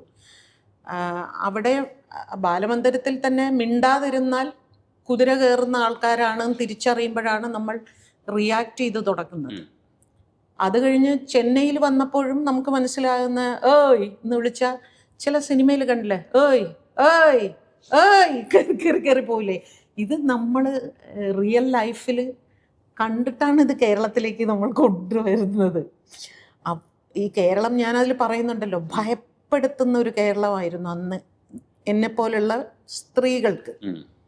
കാരണം സ്ത്രീ എന്ന് പറഞ്ഞാൽ ഈ പറയുന്ന അവർ പുറത്തേക്ക് പോകുന്നത്, പ്രത്യേകിച്ച് രാത്രി കാലങ്ങളിലൊക്കെ നമ്മളുടെ ജോലിക്ക് പോവുക എന്നൊക്കെ പറയുന്നതിനെയൊക്കെ തെറ്റായി വ്യാഖ്യാനിക്കുന്ന ഒരു കാലഘട്ടത്തിലാണ് ഇവിടെ വന്നു കയറുന്നത്. ആ കാലഘട്ടം വല്ലാതെ ഭയപ്പെടുത്തിയിട്ടുണ്ട്. എങ്ങനെയാണ് ഞാനിത് പ്രൂവ് ചെയ്യുക? ഞാൻ അധ്വാനിച്ചു കൊണ്ടിരിക്കുകയാണ് മനുഷ്യരെ എന്ന് ഞാൻ എങ്ങനെ പറയുക? ഞാൻ ആരെയൊക്കെ ഞാൻ തൃപ്തിപ്പെടുത്തണം? കല്യാണം കഴിഞ്ഞ് വന്ന വീട്ടിലുള്ളവർക്ക് പോലും ഇതെന്താണ് എന്നറിയില്ല.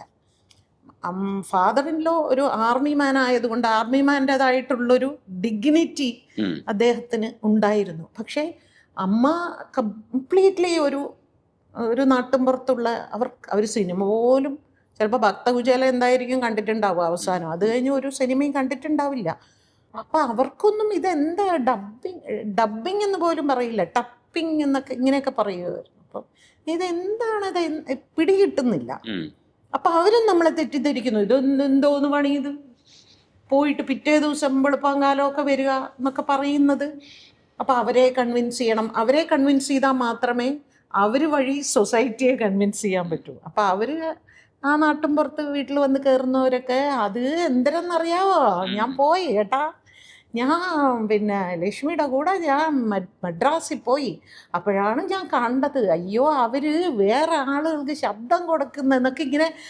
അപ്പം ഞാൻ വരിക്കും ഓക്കെ, ഈ പാണൻ പാടി നടക്കുന്ന മാതിരി ഇനി അമ്മ നോക്കിക്കോളും എന്ന് പറഞ്ഞു. അപ്പം അമ്മ ഇങ്ങനെ എല്ലാവരോടും പിന്നീട് അതിനെക്കുറിച്ച് ഇങ്ങനെ പറയുമായിരുന്നു, എന്താണ് ഡബ്ബിങ്. പക്ഷെ അതൊരു ചെറിയ സമൂഹത്തിന് മുമ്പിലല്ലേ വരുന്നുള്ളൂ. അന്ന് ഭയങ്കര രസമുള്ളൊരു സംഭവം ഉണ്ടായേ. ഞാൻ കല്യാണം കഴിഞ്ഞ് വന്നപ്പോൾ അന്ന് ഈ വട്ടിയൂർക്കാവ് കൊടുങ്ങാനൂർ എന്ന് പറയുന്ന അവിടെയൊന്നും അങ്ങനെ റോഡ് പോലും ഒരു പ്രോപ്പറായിട്ടുള്ള റോഡോ ഒന്നുമില്ല. എവിടെയൊക്കെയോ ഇങ്ങനെ മഞ്ഞ വഴിവിളക്കുകൾ, നമ്മളെ MP-യുടെ കഥ മുനിഞ്ഞ് കത്തുന്ന വഴിവിളക്കുകൾ. അപ്പം ഞാനിങ്ങനെ മെഡ്രാസിൽ നിന്ന് അയ്യോ, ഈ ഭൂമിയുടെ അറ്റത്താണോ നമ്മൾ വന്നിരിക്കുന്നത്, അങ്ങനെ ഒരു സ്ഥലം. അപ്പോൾ ഒരു പടത്തിൻ്റെ കുറച്ച് ബാലൻസ് വർക്ക് എന്തോ ഉണ്ടായിരുന്നു. അപ്പോൾ അവർ വെച്ചു, ചേച്ചി ഇങ്ങനെ ആ ഒരു സീന് കൂടെ ചെയ്താൽ തീരും. അപ്പം ഞാൻ പറഞ്ഞു, ഞാൻ ചിത്രാഞ്ജലിയിൽ വരാം. അപ്പം ഞാനിത് ഡബ്ബിങ്ങിന് പോയിട്ടേ എനിക്ക് ഈ വീട്ടിലേക്ക് വരാനുള്ള വഴി അറിയില്ല. കല്യാണം കഴിഞ്ഞ് വന്ന വീട്ടിലേക്ക് അപ്പം ഞാൻ രാത്രി 9:30 ആയി. അപ്പം കാറിലിങ്ങനെ വട്ടിയൂർക്കാവ് ജംഗ്ഷനിൽ വന്ന് നിന്നപ്പോൾ ഒരു റോഡ് നെട്ടയം പോകുന്ന റോഡ്, ഒരു റോഡ് പുളിയറക്കോണം പോകുന്ന, ഇങ്ങനെ 2 റോഡ്. അപ്പം എനിക്ക് ഈ റോഡ് പോകണോ ഈ റോഡ് പോകണോ ഒരു സംശയം. അപ്പോൾ ഇപ്പോഴും എനിക്ക് ഓർമ്മയുണ്ട്, ഷാജി എന്ന് പറയുന്ന ഒരു അസോസിയേറ്റ് ഡയറക്ടർ, ഹായ് സ്വന്തം വീടിൻ്റെ വഴിയാറുണ്ട്. ഞാൻ പറഞ്ഞില്ല, എനിക്കറിയില്ല ഇത് എവിടേക്കായി പോകേണ്ടത്. അപ്പോൾ വഴിയിലൊരാളോട് ചോദിച്ചു, ഇങ്ങനെ ഇവിടെ ഒരു അച്ഛൻ ലെഫ്റ്റനൻറ്റ് കേണലായിരുന്നു പുള്ളിയുടെ അച്ഛൻ. അപ്പം ലെഫ്റ്റനൻറ്റ് കേണലിൻ്റെ അറിഞ്ഞൂടാ, അപ്പം KSFDCയിൽ ജോലി ചെയ്യുന്ന അദ്ദേഹത്തിൻ്റെ പേര് പറഞ്ഞു. അപ്പം ഇല്ല അറിഞ്ഞൂടാ. ഷാജി ചോദിക്കാം, ഇവിടെ ഒരു സിനിമയിലൊക്കെ ശബ്ദം കൊടുക്കുന്ന ഒരു പെണ്ണിനെ കല്യാണം കഴിച്ചോ? അതോ? അതടിപൊളിയില്ലേ? അയാൾ പറഞ്ഞു ഞാൻ വരാം. അയാൾ വന്ന് വഴി കാണിച്ചു തന്നു. ആ ഭയങ്കര സന്തോഷം തോന്നിയപ്പോ. അത് ഭയങ്കര കോൺട്രാസ്റ്റ് അല്ലേ? കാരണം ഡബിങ് ആർട്ടിസ്റ്റുകളെ ശരിക്കും അറിഞ്ഞുകൂടല്ലോ, നമ്മള് ഫോട്ടോ കണ്ടിട്ടില്ലല്ലോ, ഇന്ന ആളാണ് ശബ്ദം കൊടുക്കുന്നത്. അപ്പൊ അത് നല്ല കോൺട്രാസ്റ്റ് ആണ്. ചേച്ചി പക്ഷെ ഈ ചെറുപ്പത്തിലെ ഉണ്ടാവുന്ന അനാഥ മന്ദിരത്തിലെ ഇന്നത്തെ പോലെ അല്ല അവിടുത്തെ അവസ്ഥ എന്ന് പറയുന്നത്. അപ്പോൾ ചേച്ചി എഴുതിയിട്ടുള്ളതിൽ തന്നെ ഉണ്ട്, സ്കെയിൽ കൊണ്ട് അടി കിട്ടിയിട്ട് ഒരു ഇടയ്ക്കൊക്കെ മൂത്രം ഒഴിച്ചു പോകുന്ന രീതിയിലുള്ള അവസ്ഥ വരുമ്പോഴും പക്ഷെ വാശിക്ക് വിട്ടുകൊടുത്തില്ല, കരഞ്ഞില്ല. കാരണം അത് അങ്ങനെ ആയാലും കുഴപ്പമില്ല, ഞാൻ അത് വിട്ടുകൊടുക്കില്ല എന്ന് പറയുന്ന ഒരു മനോഭാവമുണ്ട്. അതൊരു പക്ഷേ ചേച്ചിയുടെ ജീവിതത്തിൽ പല സ്ഥലത്തും കാണാം.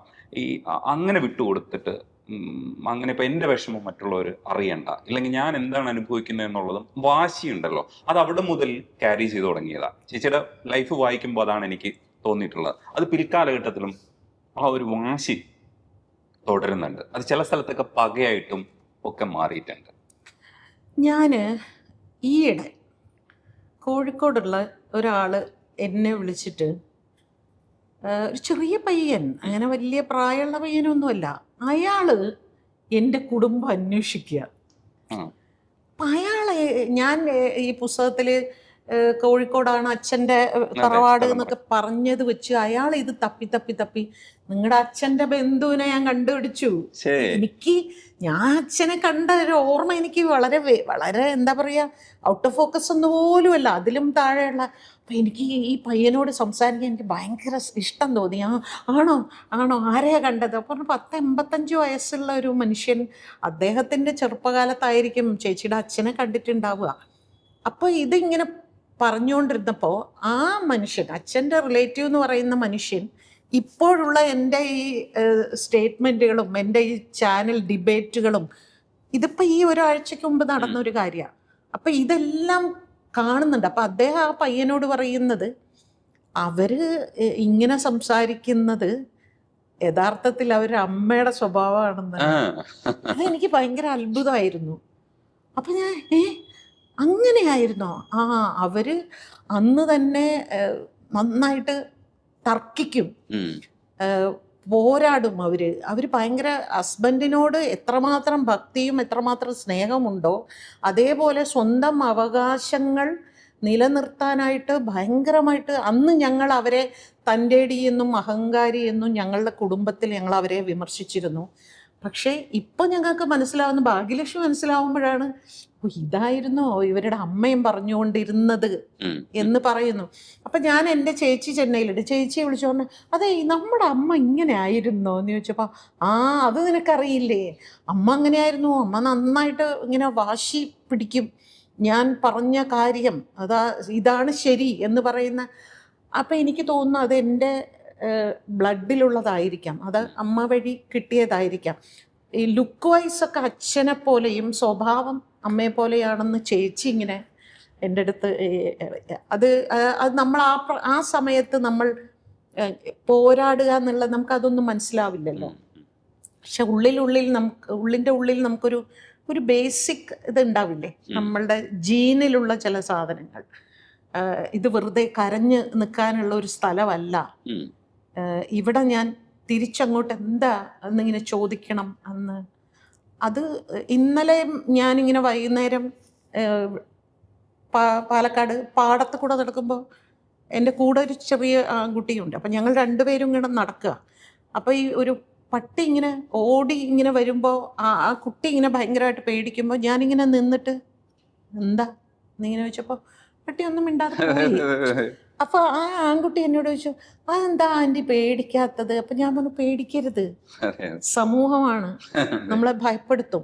അപ്പം നമ്മൾ തിരിഞ്ഞു നിന്ന് ഞാൻ വെറുതെ പൊക്കോണ്ടിരിക്കുകയല്ലേ, എന്തിനാണ് എന്നെ പേടിപ്പിക്കുന്നത് എന്ന് ചോദിക്കണം. അത് നമ്മൾ അറിയാതെ നമ്മുടെ ഉള്ളിൽ നിന്ന്, ഇപ്പം പട്ടി വരുമ്പോൾ പട്ടിയോട് ഇങ്ങനെ അങ്ങനെയല്ല, അത് നമ്മൾ അറിയാതെ അങ്ങനെ ചോദിച്ചു പോകുന്നു. കാരണം എനിക്ക് വേണ്ടി സംസാരിക്കാൻ വേറെ ആരുമില്ല, ഞാൻ മാത്രമേ ഉള്ളൂ. എന്നെ പ്രൊട്ടക്റ്റ് ചെയ്യാൻ, എനിക്ക് വേണ്ടി ഒച്ച ഉയർത്താൻ. അപ്പോൾ മറ്റൊരു പെണ്ണിനെ ഒച്ച ഉയർത്താൻ പറ്റില്ലെങ്കിൽ ഞാൻ അവർക്ക് വേണ്ടി ഡബ് ചെയ്യുന്ന മാതിരി ശബ്ദമാവുക. ചേച്ചി പൈപ്പിൻ ചോട്ടില് ആ ഗുണ്ടയുടെ മകൾക്ക് അങ്ങനെ പറയാമെന്ന് തോന്നണു, ഇല്ലെങ്കിൽ എന്താ വാക്ക് ഉപയോഗിക്കേണ്ടതെന്ന് അറിഞ്ഞൂടാ. അവിടുത്തെ സ്ഥലത്തെ ആസ്ഥാന വില്ലന്റെ മകൾക്ക് അടി കൊടുക്കുകയാണ്. അപ്പോൾ ആ കോൺവെർസേഷനില്ലേ എനിക്ക് ഭയങ്കര ഇഷ്ടപ്പെട്ടതാണ്. ചേച്ചി നറേറ്റ് ചെയ്യുമ്പോൾ ആ കോൺവെർസേഷൻ പറയുമ്പോൾ എനിക്ക് ഭയങ്കര സുഖം തോന്നി. ചേച്ചി അതൊന്ന് പറഞ്ഞു തരുമോ? ആ കോൺവെർസേഷൻ തമിഴിൽ തന്നെ. അത് ഭയങ്കര ഇങ്ങനെ നമ്മൾ വിഷ്വലൈസ് ചെയ്യാൻ ഭയങ്കര രസമാണ് അത് കേട്ടോ. ഇങ്ങനെ ഈ ലോറി ഇങ്ങനെ വരും, ടാങ്കർ ലോറി ഇങ്ങനെ വരുമ്പോൾ തന്നെ തണ്ണി വന്നിരിച്ചു മാന്ന് പറഞ്ഞിങ്ങനെ വിളിക്കും. അപ്പോൾ ഒരാള് ഇങ്ങനെ തണ്ണിലാറി വന്നിരിച്ച് ഇങ്ങനെ എക്കോ പോലെ ഇതിങ്ങനെ പോകും. അപ്പം നമ്മള് ഇതിപ്പോ ഒരു 3 മണിക്കൊക്കെ ആയിരിക്കും ഈ വെള്ളം വരുന്നത്, തണ്ണി ലോറി വരുന്നത്. അപ്പം നമ്മളൊരു 12 മണിയൊക്കെ ആകുമ്പോൾ നമ്മൾ ക്യൂവിൽ കൊണ്ട് കുടം ഇങ്ങനെ നിരത്തി വെക്കും. പിന്നെ നമ്മൾ നമ്മുടെ കാര്യമൊക്കെ നോക്കിയിട്ട് പോകും. അന്നുണ്ട് ഈ പച്ച മഞ്ഞ നീല കുടങ്ങളൊക്കെ ഉണ്ട്, ചിലർ പിച്ചളക്കുടം സ്റ്റീൽ കുടമൊക്കെ കൊണ്ടുവയ്ക്കും. അങ്ങനെ ഞാനും കൊണ്ടുവന്ന് എനിക്ക് തോന്നുന്നു എൻ്റേതൊരു 3-മത്തെയോ 4-മത്തെയോ കുടം ആയിരുന്നു. അങ്ങനെ വെച്ച് ഞാൻ വീട്ടിൽ പോയി. അപ്പോൾ വീട്ടിലെല്ലാ ജോലിയും ഞാനാ ചെയ്യുന്നത്. അരിയുഴുന്നാട്ടുന്നതും കൂട്ടാൻ വെക്കാനൊക്കെ അമ്മിയിൽ അരയ്ക്കുന്നത്, തുണി തിരുമ്പുന്നത്, വെള്ളം പിടിക്കുന്നതും എല്ലാം എന്നെക്കൊണ്ട് എല്ലാ പണിയും വലിയ പേടിപ്പിക്കും. മുറ്റം അടിച്ചു വാരണം, കോലം വരയ്ക്കണം. കോലം വരയ്ക്കാനൊക്കെ നല്ലോണം പഠിച്ചിട്ടുണ്ട്. അപ്പം ഇതെല്ലാം മാർക്കറ്റിലേക്ക് മാത്രം വിടില്ല, കാരണം അത് മാത്രം കൂടെ വരും, ഒറ്റയ്ക്ക് ഒരു സ്ഥലത്തും വിടില്ല അങ്ങനെ.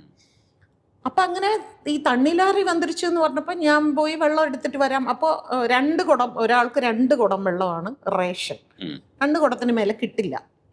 അപ്പോൾ ഒരു കുടം കൂടെ എടുത്തിട്ട് ഞാൻ അങ്ങോട്ട് പോയപ്പോൾ എൻ്റെ നമ്മൾ കുടത്തിൽ ഇങ്ങനെ നമ്പർ എഴുതി വെക്കും, വീട്ടു നമ്പർ. അപ്പോൾ ആ കുടം കാണുന്നില്ല. അപ്പോൾ ഞാൻ ഇങ്ങനെ ചോദിച്ചു, എങ്ക എന്നോട് കുടം എങ്ക എന്ന് ചോദിച്ചാൽ പറഞ്ഞു, ദോ കിടക്കുന്നത്. ഇങ്ങനെ ആരോ പറഞ്ഞു. ഞാൻ പറഞ്ഞു, അതെവിടെ എങ്ക പോച്ച്? അത് അന്ത പൊണ്ണതാ എന്നിങ്ങനെ പറഞ്ഞു.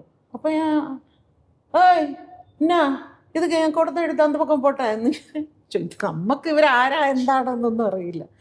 അപ്പോൾ എന്നടി എന്ന് ചോദിച്ചു. അപ്പം ഞാൻ എന്ത് ചെയ്തു, അവളുടെ കുടം മാറ്റിയിട്ട് ഞാൻ വീണ്ടും എൻ്റെ കുട പൊസിഷനിൽ വെച്ചപ്പോൾ അവൾ തമിഴ്നാട്ടിലെ ഏറ്റവും വലിയൊരു തെറിയാണ്, ഏറ്റവും മോശപ്പെട്ട ഒരു തെറി. അപ്പം ഈ കാലിക്കുടമല്ലേ കയ്യിലിരിക്കുന്നത്, പ്ലാസ്റ്റിക് കുടമല്ലേ, അങ്ങനെ മണ്ടക്കിട്ട് ഒരെണ്ണം കൊടുത്തിട്ട് ഞാൻ വെള്ളം പിടിച്ചു. അവൾ ഇത് പ്രതീക്ഷിക്കുന്നില്ല. അവള് എന്നെ അടിക്കുന്നു എന്ന് പറയുമ്പോഴത്തേക്കും ഈ വലിയ പൈപ്പല്ലേ, പിസ്ക് എന്ന് പറഞ്ഞ വെള്ളം നിറയും. അത് നിറച്ചു. ഞാനത് ഇടുപ്പിലെടുത്ത് വെച്ചിട്ട് ഞാനങ്ങോട്ട് പോയി. പിന്നെ കുറേ കഴിഞ്ഞപ്പോഴാണ് വീട്ടിലേക്ക് ഈ പടയായിട്ട് ഇങ്ങനെ ആൾക്കാരെല്ലാവരും കൂടെ വന്ന് ഇങ്ങനെ വീട്ടിൻ്റെ ഉമ്മർത്ത് നിന്നപ്പോൾ വല്യമ്മ ഇങ്ങനെ കിലികിലികിലാന്ന് വിറയ്ക്കുന്നുണ്ട്. അപ്പോൾ മലയാളത്തമ്മ എന്നിങ്ങനെ വിളിച്ചു. മലയാളത്തമ്മ എന്നാണ് ഈ മലയാളീസിനെ എല്ലാവരെയും വിളിക്കുന്നത്. പക്ഷെ ആണുങ്ങൾക്ക് അങ്ങനെ ഒരു പേരില്ല കേട്ടോ, മലയാളത്തപ്പ എന്ന് പേരില്ല. അപ്പം അമ്മ എന്നെണ്ണാ എന്ന് ചോദിച്ചിട്ട് അമ്മ ഇങ്ങനെ വെളിയിൽ വന്നു. അപ്പോൾ കൂപ്പിടും പൊണ്ണേ എന്ന് പറഞ്ഞു. അപ്പം എന്നാ ഭാഗ്യം നിന്നെ വിളിക്കുന്നു, നീ എന്ത് ചെയ്തോടെ? അപ്പം ഞാനിങ്ങനെ വെളിയിൽ വന്ന് നമുക്ക് ഈ തമിഴ്നാടിൻ്റെ കുറേ സ്റ്റൈലുണ്ട്. ഇങ്ങനെ വന്ന് ഞാൻ ഇങ്ങനെ എന്നാ ഞാൻ ഇങ്ങനെ നിന്നപ്പോൾ പുള്ളി ഇങ്ങനെ വന്ന്, നീ എൻ പൊണ്ണ അടിച്ചിയാ? ഞാൻ പറഞ്ഞു, അടിച്ച കുടം എടുത്ത് മണ്ടയിൽ അടിച്ചേ. யார் பொண்ணு தெரியுமா உனக்கு? ഞാൻ പറഞ്ഞ எனக்கு யார் பொண்ணுலாம் தெரியாது, யாரு என்னெல்லாம் நான் பார்க்க மாட்டேன், என்ன அசிங்கமான வார்த்தை பேசினா நான் வச்சு கொடுத்துருவேன். ஓ அப்படியா, உங்களை என்ன சொன்னாங்க அவங்க என்ன சொன்னாங்க, அவங்ககிட்டே கேட்டு பாருங்க. அப்போ என்னடி சொன்னேன் அவளை அப்படின்னு. இப்போ அதுக்கு அவർക്ക് പിന്നെ ഈ തെറിയൊന്നും ഇല്ലകാരോ அப்படின்னு പറഞ്ഞു. ഞാൻ இந்த மாதிரி சொன்னேன். அப்போ ஐயோ பாப்பா மன்னிச்சிடு பாப்பா விட்டுரு, പാപ്പ കിട്ട മന്നിപ്പുകള് എന്ന് പറഞ്ഞു. അപ്പോൾ എന്തിനാ, നമുക്കൊരു വിജയമുണ്ടല്ലോ, നമ്മളവിടെ വിജയിക്കുക എന്ന് പറയുന്നത്. അപ്പം മന്നിച്ചിടും എന്ന് പറഞ്ഞിട്ട് അത് പോയി. പക്ഷേ അതിനുശേഷം ആളുകൾ അങ്ങനെ നമ്മളെ കാണുമ്പോൾ നമ്മളെ തെറി പറയില്ല. അവർക്ക് ആ ഒരു പേടി വരും. എന്നടി അങ്ങനെയൊന്നും പറയാനൊന്നും അങ്ങനെ സമ്മതിക്കാറില്ല. ഇപ്പം എനിക്കെതിരെ ആൾക്കാർ നിരന്തരം ട്രോളാൻ വേണ്ടി ഇടുന്ന ഒരു സാധനമുണ്ട്. ഞാൻ ഒരാളെ ചോദ്യം ചെയ്യാൻ പോയ എന്നെക്കുറിച്ച് അതിലിവർ, ഇപ്പോഴും ഞാൻ പറഞ്ഞു, ഞാൻ അവിടെ മോശം വാക്ക് ഞാൻ പറഞ്ഞിട്ടില്ല. ഇവർ വെറുതെ ബീപ്പ് ഇട്ടിട്ട് ഞാൻ എന്തോ തെറി പറഞ്ഞു എന്ന് ഇവർ വരുത്തുന്നതാണ്. ഞാൻ തെറി അവിടെ പറഞ്ഞിട്ടില്ല. തെറി പറഞ്ഞ എൻ്റെ കൂടെ ഉണ്ടായിരുന്ന 2 പേര്. കാരണം അവരെപ്പോഴും അവരുടെ പ്രതിരോധം അങ്ങനെയാണ്. നീ എന്നെ തെറി വിളിച്ചാൽ ഞാൻ നിന്നെ തെറി വിളിക്കും, അതാണ്. പക്ഷെ എന്നെ സംബന്ധിച്ച് എന്നെ തെറി വിളിച്ചാൽ ഞാൻ തെറി വിളിക്കില്ല, പക്ഷെ ഞാൻ കൈകാര്യം ചെയ്യും. അതാണ് എൻ്റെ രീതി. അപ്പൊ ഇവരിത് വരുത്തുന്നതാണ്. ഞാൻ തെറി വിളിച്ചു എന്നിട്ട് അതിന് ചില ഇതൊക്കെ കൊടുക്കുമല്ലോ, നമ്മളിതൊന്നും. അപ്പൊ ഇതൊക്കെ നമ്മൾ വിചാരിക്കുന്നത് ഇത് പോരാടുക എന്നുള്ളതല്ല, ഇത് തെറ്റല്ലേ? ഈ തെറ്റ് ചോദ്യം ചെയ്യപ്പെടേണ്ടതല്ലേ? നമ്മളിങ്ങനെ എല്ലാ കാലവും എല്ലാവരെയും അനാവശ്യമായി എന്തിനാണ് ഭയപ്പെടുന്നത് എന്നാണ്. ഭയപ്പെടേണ്ട കാര്യങ്ങൾക്ക് നമ്മൾ ഭയപ്പെടാം. ഇപ്പം രാത്രി കാലങ്ങളിൽ ഡ്രൈവ് ചെയ്യാൻ ഞാൻ ഭയപ്പെടാറുണ്ട്. കാരണം എന്തെങ്കിലും വണ്ടിക്ക് ഒരു പ്രശ്നം വന്നാൽ എനിക്ക് ഒറ്റയ്ക്ക് ചിലപ്പോൾ ഒരു റോഡിൽ നിന്ന് എനിക്കത് പരിഹരിക്കാൻ ഒരുപാട് പരിമിതികളുണ്ടായിരിക്കാം. അപ്പം അതൊക്കെ ആലോചിച്ച് ഞാൻ 6 മണി 6:30 ശേഷം ഞാൻ അങ്ങനെ ഡ്രൈവ് ചെയ്യാറില്ല. അത്തരം കാര്യങ്ങളൊക്കെ നമുക്ക് വേണമെങ്കിൽ സമൂഹ സാഹചര്യമൊക്കെ നോക്കി ഭയപ്പെടാം. അല്ലാതെ ഒരാൾ തെറ്റ് ചെയ്യുന്നു എങ്കിൽ ആ തെറ്റിനെ ചോദ്യം ചെയ്യാൻ ഭയപ്പെടുന്നത് എന്തിനാ എന്നേ ഞാൻ ചോദിക്കുന്നുള്ളൂ. അതാണ് എൻ്റെ ജീവിതത്തിൽ ഉടനീളം ഞാൻ അതെ അതെ അല്ലാതെ എല്ലാ കാലവും സമൂഹത്തിനെതിരായിട്ട് വെറുതെ കിടന്ന് സംസാരിക്കുക, വെറുതെ കിടന്ന് ഒച്ചപ്പാടുണ്ടാക്കുക, അങ്ങനെയല്ല എൻ്റെ ഒരു രീതി. ഈ ഡബിങ്ങില് എനിക്ക് തോന്നുന്നു സാഹചര്യം ഒരു റേപ്പ് സീന് അതങ്ങനെയല്ല ചെയ്യേണ്ടതെന്ന് പറഞ്ഞ് തർക്കിക്കുന്ന അവസരത്തിലാണ് ഒരാൾക്കൊരു അടി കൊടുക്കേണ്ടി വന്നത്. അതും ഇതേപോലെ മോശം വാക്ക്, പൊടി എന്നൊക്കെ പറയുമ്പോഴാണ് ചേച്ചിക്ക് ഇറിറ്റേഷൻ വരുന്നത്. അപ്പം ആ ധൈര്യം വരുന്നതാണോ അതേ ഉള്ളിൽ നിന്നൊരു റിഫ്ലക്സ് പോലെ വരുന്നതാണോ? അത് റിഫ്ലക്റ്റ് പോലെ വരുന്നതാണ്. അത് ഇതുവരെ പറഞ്ഞിട്ടില്ല, ഇപ്പൊ പറയാം. അയാൾ എന്നോട് പറഞ്ഞത് മാസം ഇത്ര രൂപ ചെലവിന് തരും,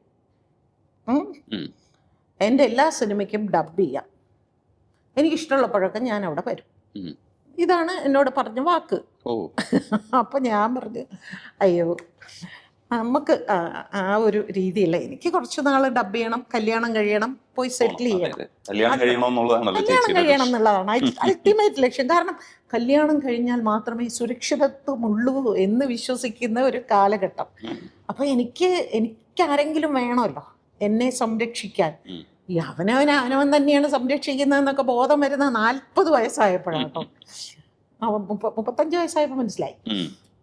അപ്പോൾ ഞാൻ പറഞ്ഞു, അയ്യോ നമുക്ക് കല്യാണമൊക്കെ കഴിഞ്ഞാൽ എവിടെയെങ്കിലും പോയി സെറ്റിൽ ചെയ്താൽ മതി എന്ന്. അതല്ലാതെ അവിടെ കിടന്നിങ്ങനെ നീ എന്തോടോ എന്നോട് പറഞ്ഞ അങ്ങനെയൊന്നും അങ്ങനെ ഡീൽ ചെയ്യേണ്ട ആവശ്യമില്ല. ഞാൻ പറഞ്ഞു, അയ്യോ എൻ്റെ പൊന്നു ചേട്ടാ, എനിക്ക് കല്യാണം കഴിഞ്ഞപ്പോൾ അല്ലാതെ എനിക്ക് ജീവിതകാലം മുഴുവൻ ഡബ് ചെയ്യണമെന്ന് യാതൊരു താല്പര്യമില്ല എന്ന് പറഞ്ഞു. ഞാൻ സ്റ്റുഡിയോയ്ക്കകത്ത് കയറിയപ്പം അന്നൊക്കെ നമ്മളൊരു പടം ഡബിങ്ങിന് ഫസ്റ്റ് ഡേ തന്നെ നമ്മൾ കയറുമ്പോൾ നമുക്ക് അഡ്വാൻസ് തരും നമ്മുടെ കയ്യിൽ. അപ്പം അങ്ങനെ എൻ്റെ കയ്യിൽ 500 രൂപ എന്തോ അഡ്വാൻസ് തന്നിട്ടുണ്ടായിരുന്നു. അങ്ങനെ ആ പൈസയും ഹാൻഡ് ബാഗ് ശീലമൊന്നുമില്ല. അപ്പം ഈ കയ്യിൽ എപ്പോഴും ഈ നോട്ട് ഇങ്ങനെ ചുട്ടിക്കൂട്ടി, അമ്മ ആശുപത്രി കിടന്ന് പോകുമ്പോഴും ഒരു 100 രൂപയുടെ നോട്ട് ഇങ്ങനെ വളരെ പ്രതിസന്ധി ഉള്ളപ്പോഴെല്ലാം എൻ്റെ കയ്യിൽ ഇങ്ങനെ ഒരു ചുരുട്ടിക്കൂട്ടിയ നോട്ട് ഉണ്ടായിട്ടുണ്ട് കേട്ടോ. അത് ഹസ്ബൻഡിൻ്റെ വീട്ടിൽ നിന്ന് ഇറങ്ങുമ്പോഴും എൻ്റെ കയ്യിൽ അങ്ങനെ ഉണ്ടായിട്ടുണ്ട്, ഓട്ടോറിക്ഷയ്ക്ക് കൊടുക്കാൻ. അപ്പോൾ ഇത് വെച്ചുകൊണ്ടാണ് ഡബ് ചെയ്യുന്നത്. അപ്പം പടത്തിൻ്റെ 1 സീനോ 2 സീനോ കഴിഞ്ഞപ്പോൾ തന്നെ ഈ ബലാത്സംഗം വരുന്നുണ്ട് ആ സിനിമയിൽ. അന്ന് അവിടെ ഒരുപാട് ഡബ്ബിങ് ആർട്ടിസ്റ്റുകൾ ഉണ്ടായിരുന്നു. അപ്പോൾ ഈ സീന് ഞാൻ ഡബ് ചെയ്യുമ്പോൾ അയാൾ അവിടുന്ന് 1 മോർ, ഇപ്പം ഡയലോഗൊക്കെ 1 മോർ എന്ന് പറഞ്ഞാൽ നമുക്ക് മനസ്സിലാകും. ഓക്കെ, അത് മോഡുലേഷൻ ശരിയല്ലാത്തത് കൊണ്ടായിരിക്കാം. ഇത് അയ്യോ എന്നെ വിട് അയ്യോ ആരെങ്കിലും വന്ന് എന്നെ രക്ഷിക്കണേ എന്ന് പറഞ്ഞ് ഇങ്ങനെ അലറി വിളിക്കുക, 1 മോർ എന്താ അത് പറഞ്ഞാൽ മനസ്സിലാവില്ലേ, ഇത്ര പ്രാവശ്യമായി പറയണമെന്ന്. ഇങ്ങനെ കുറേ ആയപ്പോൾ എനിക്ക് ഭയങ്കരമായിട്ട് ത്രോട്ട് പെയിനും ചെറുതായിട്ട് ബ്ലഡ് ഇങ്ങനെ വരാൻ തുടങ്ങി, തൊണ്ട പൊട്ടിട്ട്.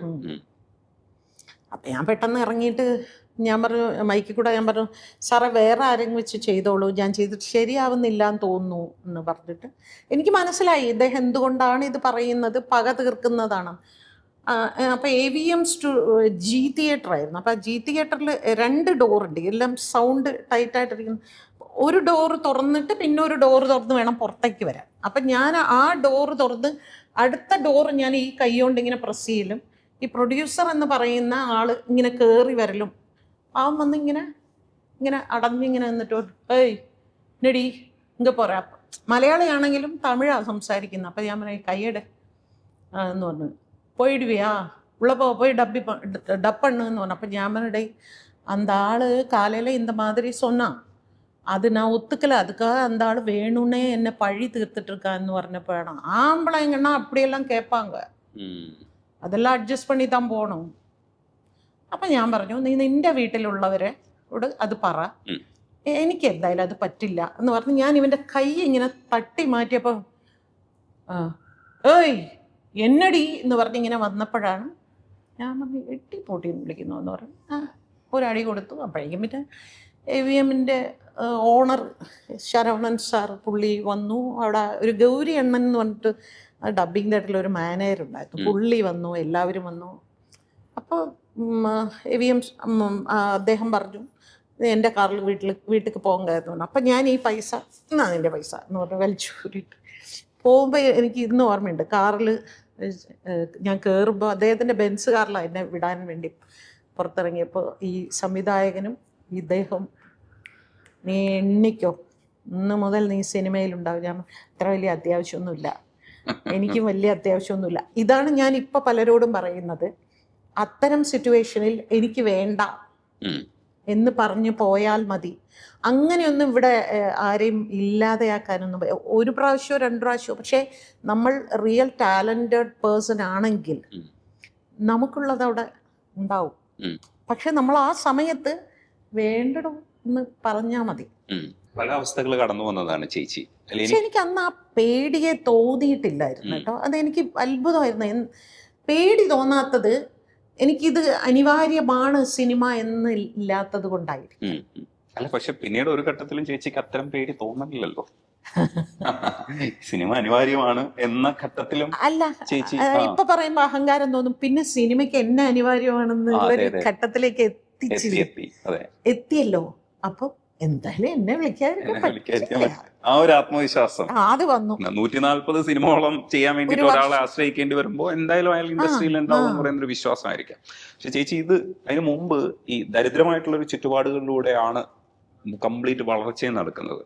അത് ഇവിടെ മാത്രമല്ല, ഇവിടെ നിന്ന് പോയിട്ടും ചേച്ചി ഭയങ്കര സാമ്പത്തികമായ ഞെരുക്കത്തിലാണ് അവിടെ തമിഴ്നാട്ടിലും ഒക്കെ ജീവിക്കുന്നത്. സിനിമ ചെയ്തു തുടങ്ങുമ്പോഴും ഇതൊന്നും മാറിയിട്ടില്ല.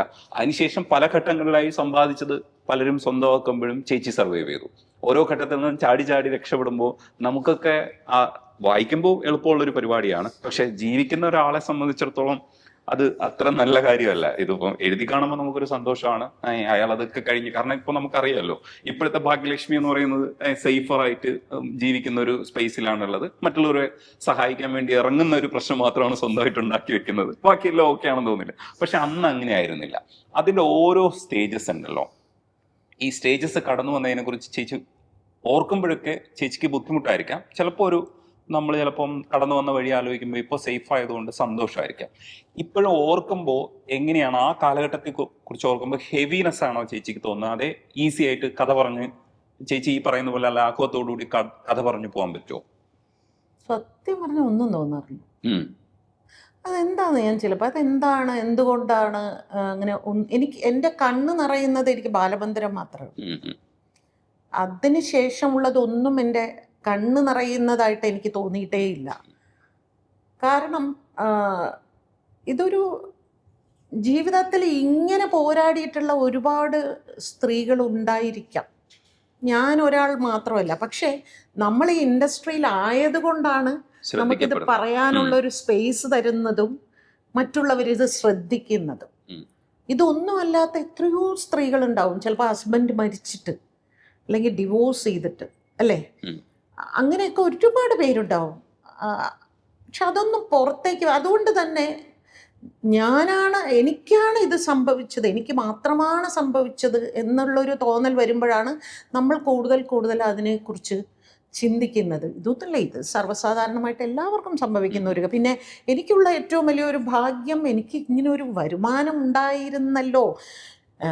ഈ അവിടെ നിന്ന് വീട്ടിൽ നിന്ന് ഇറങ്ങി വരുമ്പോൾ ഒന്നുമേ ഒരു മാറി ഉടുക്കാനുള്ളൊരു വസ്ത്രം പോലും എടുക്കാതെയാണ് ഞാൻ മദ്രാസിലെ വീട്ടിൽ നിന്ന് രാത്രി 9:30 ഇറങ്ങുന്നത്.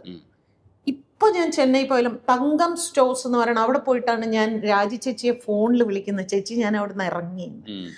ആ കട ഇപ്പോഴും ഉണ്ട്. അപ്പം ഇപ്പോഴും ഞാൻ മദ്രാസിൽ പോകുമ്പോൾ ഇന്നും ഒരു തവണയെങ്കിലും ഞാൻ അവിടെ പോയി, ഞാൻ വെറുതെ ആ സ്റ്റോറിൻ്റെ അവിടെ ഒരിക്കൽ എന്നിട്ട് ആ കടക്കാരൻ ഇങ്ങനെ എന്നോട് ചോദിച്ചു, എന്നമ്മാ ഇത് எப்போ இங்கே வந்து? இப்போ நான் அண்ணா அன்னைக்கு ராத்திரி நான் இங்கே வந்து தான் நான் ஃபோன் பண்ணேன், அன்னைக்கு வீட்டில் இருந்து. அப்படியாம்மா இப்போ பெரிய ആളായിട്ടല്ലേ ചോദിക്കും. ആ ആനന്ദം അനുഭവിക്കാനാണ്. അതുപോലെ നെക്സ്റ്റ് വരുന്ന പുസ്തകത്തിലേക്ക് വേണ്ടി ഞാൻ പലതും എഴുതാൻ വേണ്ടി ഡ്രൈവ് ചെയ്ത് അമ്മ മരിച്ചിട്ട് കൊണ്ട് കിടത്തിയ വീടുണ്ടല്ലോ, അത് ആക്ച്വലി ഒരു ഓല വീടാണത്. ചാണകം മെഴുകുന്ന തറയൊക്കെയാണ്. അപ്പോൾ അവിടെ ഇങ്ങനെ കുറേ ഓല വീടുകൾ ഓപ്പോസിറ്റായിട്ട്. വീടിന് മുമ്പിൽ നല്ലൊരു വേപ്പമരം, തമിഴ്നാട്ടിലെല്ലായിടും വേപ്പമരമാണല്ലോ, ആ വേപ്പമരം. നല്ല തണുപ്പുള്ളൊരു സ്ഥലമാണ്. ഒറ്റ മുറിയേ ഉള്ളൂ. ആ ഒരു മുറിയിൽ തന്നെ പകുതി മണ്ണ് കൊണ്ട് കെട്ടിയ ഒരു അടുപ്പ് വയ്ക്കാനുള്ള അടുപ്പാണ്. ആ സ്ഥലം ഇന്നും എനിക്ക് എൻ്റെ മനസ്സിൽ നല്ല ക്ലിയർ ഫ്രെയിമായിട്ട് ഇപ്പോഴും ഉണ്ട്. വരയ്ക്കാൻ അറിയാമെങ്കിൽ ഞാൻ വരയ്ക്കുമായിരുന്നു, എനിക്ക് വരയ്ക്കാൻ അറിയില്ല. അപ്പം ഞാൻ ഈ രണ്ടാമത്തെ പുസ്തകം എഴുതാൻ വേണ്ടി അതുവഴിയേ ഞാൻ ഡ്രൈവ് ചെയ്ത് അവിടെ ചെന്ന് നിൽക്കുമ്പോൾ ഒരു പിടിയില്ല. കാരണം അവിടെയൊക്കെ ഫ്ലാറ്റുകളൊക്കെ വന്ന് നിറഞ്ഞ് ഒരു ഐഡൻറ്റിറ്റി ഇല്ലാതെ ഇങ്ങനെ പോയി. അപ്പം ഞാൻ അവിടെ പോയി. അപ്പം എൻ്റെ കയ്യിലൊരു ഫോട്ടോ ഉണ്ട്, എൻ്റെ ഒരു ഇത്ര പോകുന്ന ഒരു ഉടുപ്പിട്ടിട്ട് ചെറിയൊരു പെൺകുട്ടിയുടെ ഫോട്ടോ. ആ ഫോട്ടോയുടെ ബാക്കിൽ എൻ്റെ വീടിൻ്റെ അഡ്രസ്സ് ഉണ്ട്, ഈ വീടിൻ്റെ. അതെന്ന് വെച്ചാൽ നമ്മൾ ഈ ചാൻസ് ചോദിക്കാനായിട്ട് ഡയറക്ടർമാർക്ക് കൊടുക്കുമ്പോൾ ഈ ഫോട്ടോ കൊടുക്കും. അപ്പൊ ഈ ഫോട്ടോയുടെ ബാക്കിൽ അഡ്രസ്സ് ഉണ്ട്, പേരും അഡ്രസ്സും ഉണ്ടാവും. അപ്പൊ ഇത് ഞാൻ അവിടെ ഒരാളുടെ അടുത്ത് കാണിച്ചു. അണ്ണാ இது ஆமாம்மா இதான் இந்த அட்ரஸ் தான், அந்த வீடு இருந்த இடம் அதுதான், இது இந்த ஃப்ளாட்டு தான், அது எங்கள் அப்பாவோட வீடு. അപ്പോൾ എനിക്ക് അയാളോട് ഭയങ്കര സന്തോഷം. അപ്പം അയാളെന്നാ ഞാനും അയാളെ കുട്ടിക്കാലത്ത് ഓടിക്കളിച്ചിട്ടുണ്ട്. വാ ഭാഗ്യം വീട്ടിൽ, ഭാഗ്യം എന്നാണ് അവരോട്, വാ ഭാഗ്യം വീട്ടിൽ പോലാം. അതൊരു പൊങ്കൽ ദിവസമായിരുന്നു. അങ്ങനെ അവിടെ കയറി അവരുടെ കൂടെ ഇരുന്ന് പൊങ്കലൊക്കെ കഴിച്ച് ആ കാലഘട്ടമൊക്കെ സംസാരിച്ച്. അപ്പോൾ ആ സമയത്ത് നമുക്ക് പേടിയൊന്നും, അന്ന് വല്യമ്മ ഉണ്ടല്ലോ ആശ്രയത്തിന്. പക്ഷേ രാജ ചേച്ചിയുടെ അങ്ങോട്ട് ചെല്ലുമ്പോൾ എനിക്കുള്ള ധൈര്യം എന്താ അറിയോ, എനിക്ക് സിനിമകളുണ്ട്. അപ്പോൾ ആ സിനിമയിൽ നിന്ന് പൈസ കിട്ടും. പിന്നെ അവിടെ നിന്ന് പൈസയൊക്കെ ഉണ്ടാക്കി സ്വന്തമായിട്ട് കല്യാണമൊക്കെ നടത്തി അത് കഴിഞ്ഞ് ഇവിടെ നിന്ന് ഇറങ്ങുമ്പോൾ വാസ്തവത്തിൽ എൻ്റെ കയ്യിൽ പൈസ ഇല്ലായിരുന്നു, ഒറ്റ പൈസ ഇല്ലായിരുന്നു. ഈ ദാമ്പത്യത്തിൽ നിന്ന് ഇറങ്ങിപ്പോകുമ്പോൾ ഈ കുട്ടികൾ മാത്രമേ ഉള്ളൂ. അപ്പം ഞാൻ ആലോചിക്കും, ഞാൻ ഒരു വാടക വീടെടുത്താൽ വാടക എങ്ങനെ കൊടുക്കും? പക്ഷെ അപ്പോഴും എനിക്ക് സിനിമയുണ്ട്. അപ്പം എൻ്റെ കൂടെ ഈ കാലം ഇങ്ങനെ എന്നെ കൈപിടിച്ച്, കാലമായിരുന്നു എൻ്റെ ഏറ്റവും വലിയ ശക്തി എന്ന് എനിക്ക് തോന്നിയിട്ടുണ്ട്. ഞാനുണ്ട്, നീ ഇറങ്ങിക്കോ, നീ ധൈര്യമായിട്ട് ഇറങ്ങിക്കോ. കാരണം നീ ഇറങ്ങുന്നത് ഒരു നീതിക്ക് വേണ്ടിയാണ്, അല്ലാതെ നീ അനീതി കാണിച്ചിട്ടല്ല നീ ഇവിടെ നിന്ന് ഇറങ്ങിപ്പോകുന്നത്. അപ്പോൾ ഒരിക്കൽ പോലും ഞാൻ അധ്വാനിച്ച് വെച്ചൊരു വീടാണത്. സിനിമയിലൊക്കെ കാണുന്ന മാതിരി ആ വീടിനെ ഒരിക്കൽ കൂടി തിരിഞ്ഞു നോക്കിയിട്ട് എല്ലാ പൈസയും അങ്ങ് കൊണ്ടു കൊടുത്തിട്ട്, ഭർത്താവിന്റെ കൊണ്ടു കൊടുത്തിട്ട് ചേച്ചി എന്താ പോയെന്ന് ഞാൻ ഇപ്പോഴും ആലോചിക്കാറുണ്ട്. അങ്ങനെ ആയിരുന്നിരിക്കും മൈൻഡ് സെറ്റ് അന്നല്ലേ? ഒരു ചെറിയ കാശ് പോലും വല്യമ്മയുടെ കൂടെ ജീവിക്കുമ്പോൾ ഉണ്ടാക്കുന്ന പൈസ വല്യമ്മയ്ക്ക് കൊടുക്കാം. പിന്നീട് ഞാൻ എൻ്റെ സുരക്ഷിതത്വത്തിനല്ലേ വിവാഹം കഴിച്ചത്. അപ്പൊ ആ പൈസ അദ്ദേഹമല്ലേ ഗൃഹനാഥൻ അല്ലെ? എങ്കിലും ഭാഗ്യലക്ഷ്മി എന്ന് പറയുന്ന ഒരാള് ഇത്രയും എങ്കിലും നമ്മൾ ഉദ്ദേശിക്കുന്നത് ചേച്ചി പറഞ്ഞ ആർക്കും വിശ്വാസം വരില്ല. ഇവര് നുണ പറയുകയാണെന്ന് പറയും ആൾക്കാര്, ശുദ്ധ നുണയാണ്. പക്ഷെ അല്ല, ഇപ്പോഴും അദ്ദേഹത്തിന്റെ ചേച്ചിയും ചേട്ടനും ഞാനുമായിട്ട് വളരെ അടുപ്പം. ഞാൻ അവിടെ ആഴ്ചയിൽ ഒരു ദിവസമെങ്കിലും അവിടെ പോയി. അവർ പോലും ഇതിനെതിര് പറയില്ല. കാരണം അവർക്ക് അറിയാം ഞാൻ അങ്ങനെ ആയിരുന്നു. എനിക്കത് ഇഷ്ടമായിരുന്നു. ചിലവർ പറയില്ലേ, ഇപ്പൊ ചില ആർട്ടിസ്റ്റുകളൊക്കെ, ചില സ്ത്രീകളൊക്കെ പറയില്ലേ, എനിക്കിങ്ങനെ അടിമയായിരിക്കാൻ ഇഷ്ടമാണ്. അത് അങ്ങനെ ആയിരുന്നു ഞാൻ. പക്ഷേ അത് ഡിസർവ് ചെയ്യുന്നുണ്ടോ എന്നും കൂടെ. അത് അടിമത്വമല്ല, അത് ആക്ച്വലി നമ്മളൊരു സ്നേഹം, പ്രൊട്ടക്ഷൻ, ഇതൊക്കെയാണ്. ഈ പ്രൊട്ടക്ഷനും ഈ സ്നേഹവും കിട്ടുന്നുണ്ട് എങ്കിൽ അങ്ങനെ ഇരിക്കുന്നതിന് തെറ്റില്ല എന്ന് എനിക്ക് തോന്നിയിരുന്നു. ഒരുപക്ഷെ അതുകൊണ്ടായിരിക്കാം ഇവരൊക്കെ ഇത് പറയുന്നത്. അപ്പം ആ സമയത്ത് എൻ്റെ മുമ്പിലുള്ള ഒരു ധൈര്യം, നാളെ ഒരു സിനിമ ഡബ്ബിംഗ് ഉണ്ട്, പിന്നെ അടുത്ത ആഴ്ച ഒരു പടമുണ്ട്, ഇത് എണ്ണിക്കൊണ്ടാണ് റോഡിൽ കൂടി നടക്കുന്നത്. പക്ഷെ പൈസക്ക് അദ്ദേഹം അത്യാഗ്രഹം കാണിക്കുമ്പോഴും ചെറിയ കാശൊക്കെ പിന്നീട് സാരിക്കൊക്കെ വേണ്ടിയിട്ടൊക്കെ മുടക്കുമ്പോഴും ഒക്കെ കാണിക്കുന്ന വഴക്ക് കൂടിയിട്ടും ചേച്ചിയുടെ ബൾബ് കത്തിയില്ല എന്നുള്ളത് ഒരു ഭയങ്കര, അത് ഉള്ളിൻ്റെ ഉള്ളില് ഈ ഒറ്റയ്ക്കാണ് എന്നുള്ള, എൻ്റെ പുസ്തകത്തിൽ ഒരുപാട് സ്ഥലത്ത് ഈ ഒറ്റപ്പെടൽ എന്ന വാക്ക് ഞാൻ യൂസ് ചെയ്തിട്ടുണ്ട്. അതന്ന് TN ഗോപകുമാർ ചേട്ടനാണ് ആദ്യം ഞാനിത് എഴുതിയപ്പോൾ ഇത് വായിച്ചത്. ഇത് എഴുതിയിട്ട് എൻ്റെ മാനുവൽ സ്ക്രിപ്റ്റ് പുള്ളിയുടെ കൊടുത്തപ്പോൾ പുള്ളി പറഞ്ഞത്, ഒരുപാട് സ്ഥലത്ത് ഈ ഒറ്റപ്പെടൽ എന്ന വാക്ക്, എന്തിനാണ് ഇത്ര ഒബ്സസീവ് ആവുന്ന ആ വാക്കിനോട്? അതെൻ്റെ ഉള്ളിലുള്ള ഒരു ഫീലാണ്. ഞാൻ ഇറങ്ങിയാൽ ഞാൻ എന്ത് ചെയ്യും? എനിക്ക് അതുകൊണ്ടാണ് ആ സിനിമ എടുക്കുമ്പോൾ ഒപ്പിട്ട് കൊടുക്കുന്നതും ഒക്കെ സംഭവിക്കുന്നത്. അയ്യോ, ഞാൻ ഒറ്റപ്പെട്ടു പോകുമോ? ഒരു സ്ത്രീക്ക് സമൂഹത്തിൽ ഒറ്റയ്ക്ക് 2 കുട്ടികളെയും കൊണ്ട്, അതുകൊണ്ട് നമ്മൾ ചെയ്തു പോകുന്നതാണത്. പക്ഷെ പിന്നീട് ഇറങ്ങുമ്പോൾ പോലും ഒരുപക്ഷെ മണിച്ചേച്ചി എന്നൊരു വ്യക്തി എന്നോടൊപ്പം നിന്നില്ലായിരുന്നുവെങ്കിൽ, ഇപ്പോൾ ചെന്നൈയിൽ നിന്ന് ഇറങ്ങുമ്പോൾ ഒരു രാജിച്ചേച്ചിയും തിരുവനന്തപുരത്ത് നിന്ന് ഇറങ്ങുമ്പോൾ ഒരു മണിച്ചേച്ചിയും, അവരൊക്കെ എന്നെ നന്നായിട്ട് പ്രൊട്ടക്ട് ചെയ്തിട്ടുണ്ട്. ഈ രാജിച്ചയും മണിച്ചേച്ചിയുടെ കാര്യം പറയുമ്പോഴാണ് ഈ ഉണ്ണിയേട്ടനെയും സ്വന്തം ചേച്ചിയെയും ശരിക്കും അനാഥ മന്ദിരത്തിൽ എത്തുമ്പോഴാണ് ഞങ്ങൾക്ക് പരിചയപ്പെടുത്തുന്നത്. അതിനു മുമ്പ് അവരില്ല. ഞാനേ പരിചയപ്പെടുന്നപ്പോഴാണ്. എനിക്ക് തന്നെ അറിഞ്ഞൂടാ എനിക്കൊരു ചേട്ടനും ചേച്ചിയുണ്ട്. അതെങ്ങനെയാ അവര് നേരത്തെ തന്നെ അനാഥ മന്ദിരത്തിൽ എത്തിയിട്ടുണ്ട്? ചേച്ചിയും ചേട്ടനെയും നേരത്തെ അവിടെ കൊണ്ടാക്കി എന്നുള്ളതൊക്കെ പിന്നെയാണ് ഞാൻ അറിയുന്നത്. അവിടെ ചെന്നപ്പോ അമ്മ പറയണ ഇതാണ് നിന്റെ ചേച്ചിയും ചേട്ടനും എന്ന് പറയുമ്പോഴാണ് ഞാൻ അറിയുന്നത് ഇത് എന്റെ ചേച്ചി. ഭയങ്കര ഒരു ഡ്രാമാറ്റിക് ആയിട്ടുള്ള ഒരു സിറ്റുവേഷൻ. സിനിമയെ പോലെ നമ്മള് പറ്റില്ല, ലോജിക്കലി ലോജിക്കില്ല എന്ന് പറയുന്ന എന്നുവെച്ചാൽ ഞാൻ അവിടെ പോകുമ്പോ ഒരു 4 വയസ്സാണെങ്കിൽ അപ്പോ എനിക്ക് അത്രയൊക്കെ അല്ലേ ഓർമ്മയുണ്ടാവുള്ളൂ. ആ പ്രായത്തിൽ ഏറ്റവും ഒരു കുട്ടിയുടെ സന്തോഷം എന്താ, അമ്മയെ ചുറ്റിപ്പറ്റി നിൽക്കുക എന്നുള്ളതല്ല. അപ്പം അമ്മയല്ലേ ലോകം. അപ്പം അമ്മയെ ചുറ്റിപ്പറ്റി നിന്ന് അപ്പം ചേച്ചി ചേട്ടൻ എന്തൊക്കെ ഒന്നും ഓർമ്മയിൽ പോലും നിൽക്കുന്നില്ല. പക്ഷേ എന്നാൽ അച്ഛനെ കുറിച്ച് ഞാനിതിൽ വേഗമായിട്ടെങ്കിലും പറയുന്നത് എന്തുകൊണ്ടെന്ന് വെച്ചാൽ അവിടെ ചെല്ലുമ്പോഴാണ് പലരും അച്ഛനമ്മമാർ ഇല്ലാത്തവരെയാണ് ഇവിടെ കൊണ്ടാക്കുന്നത് എന്ന് സുമതി പറയുമ്പോഴാണല്ലോ ഞാൻ അറിയുന്നത്. അപ്പോഴാണ് അച്ഛൻ ഉണ്ടായിരുന്നല്ലോ, അച്ഛനോട് പോയി മരിച്ചതാണോ കൊണ്ട് കിടത്തിയിരിക്കുന്ന, അതൊക്കെ ഇത്തരം ഓർമ്മകൾ. ഇതൊക്കെ എഴുതുന്ന സമയത്ത് ഓർത്ത് ഇങ്ങനെ അതിൽ ഒന്നും അങ്ങനെ ഞാൻ മനസ്സിൽ കിടക്കാൻ ഞാൻ പൊതുവെ സമ്മതിക്കാറില്ല. പക്ഷെ ഈ ഒരു പെയിൻ എല്ലാ കാലത്തും എനിക്ക് ഉണ്ട്. ഈ ബാലമന്ദിരം എന്നുള്ളൊരു പെയിന് എല്ലാ കാലത്തും എൻ്റെ ഉള്ളിൽ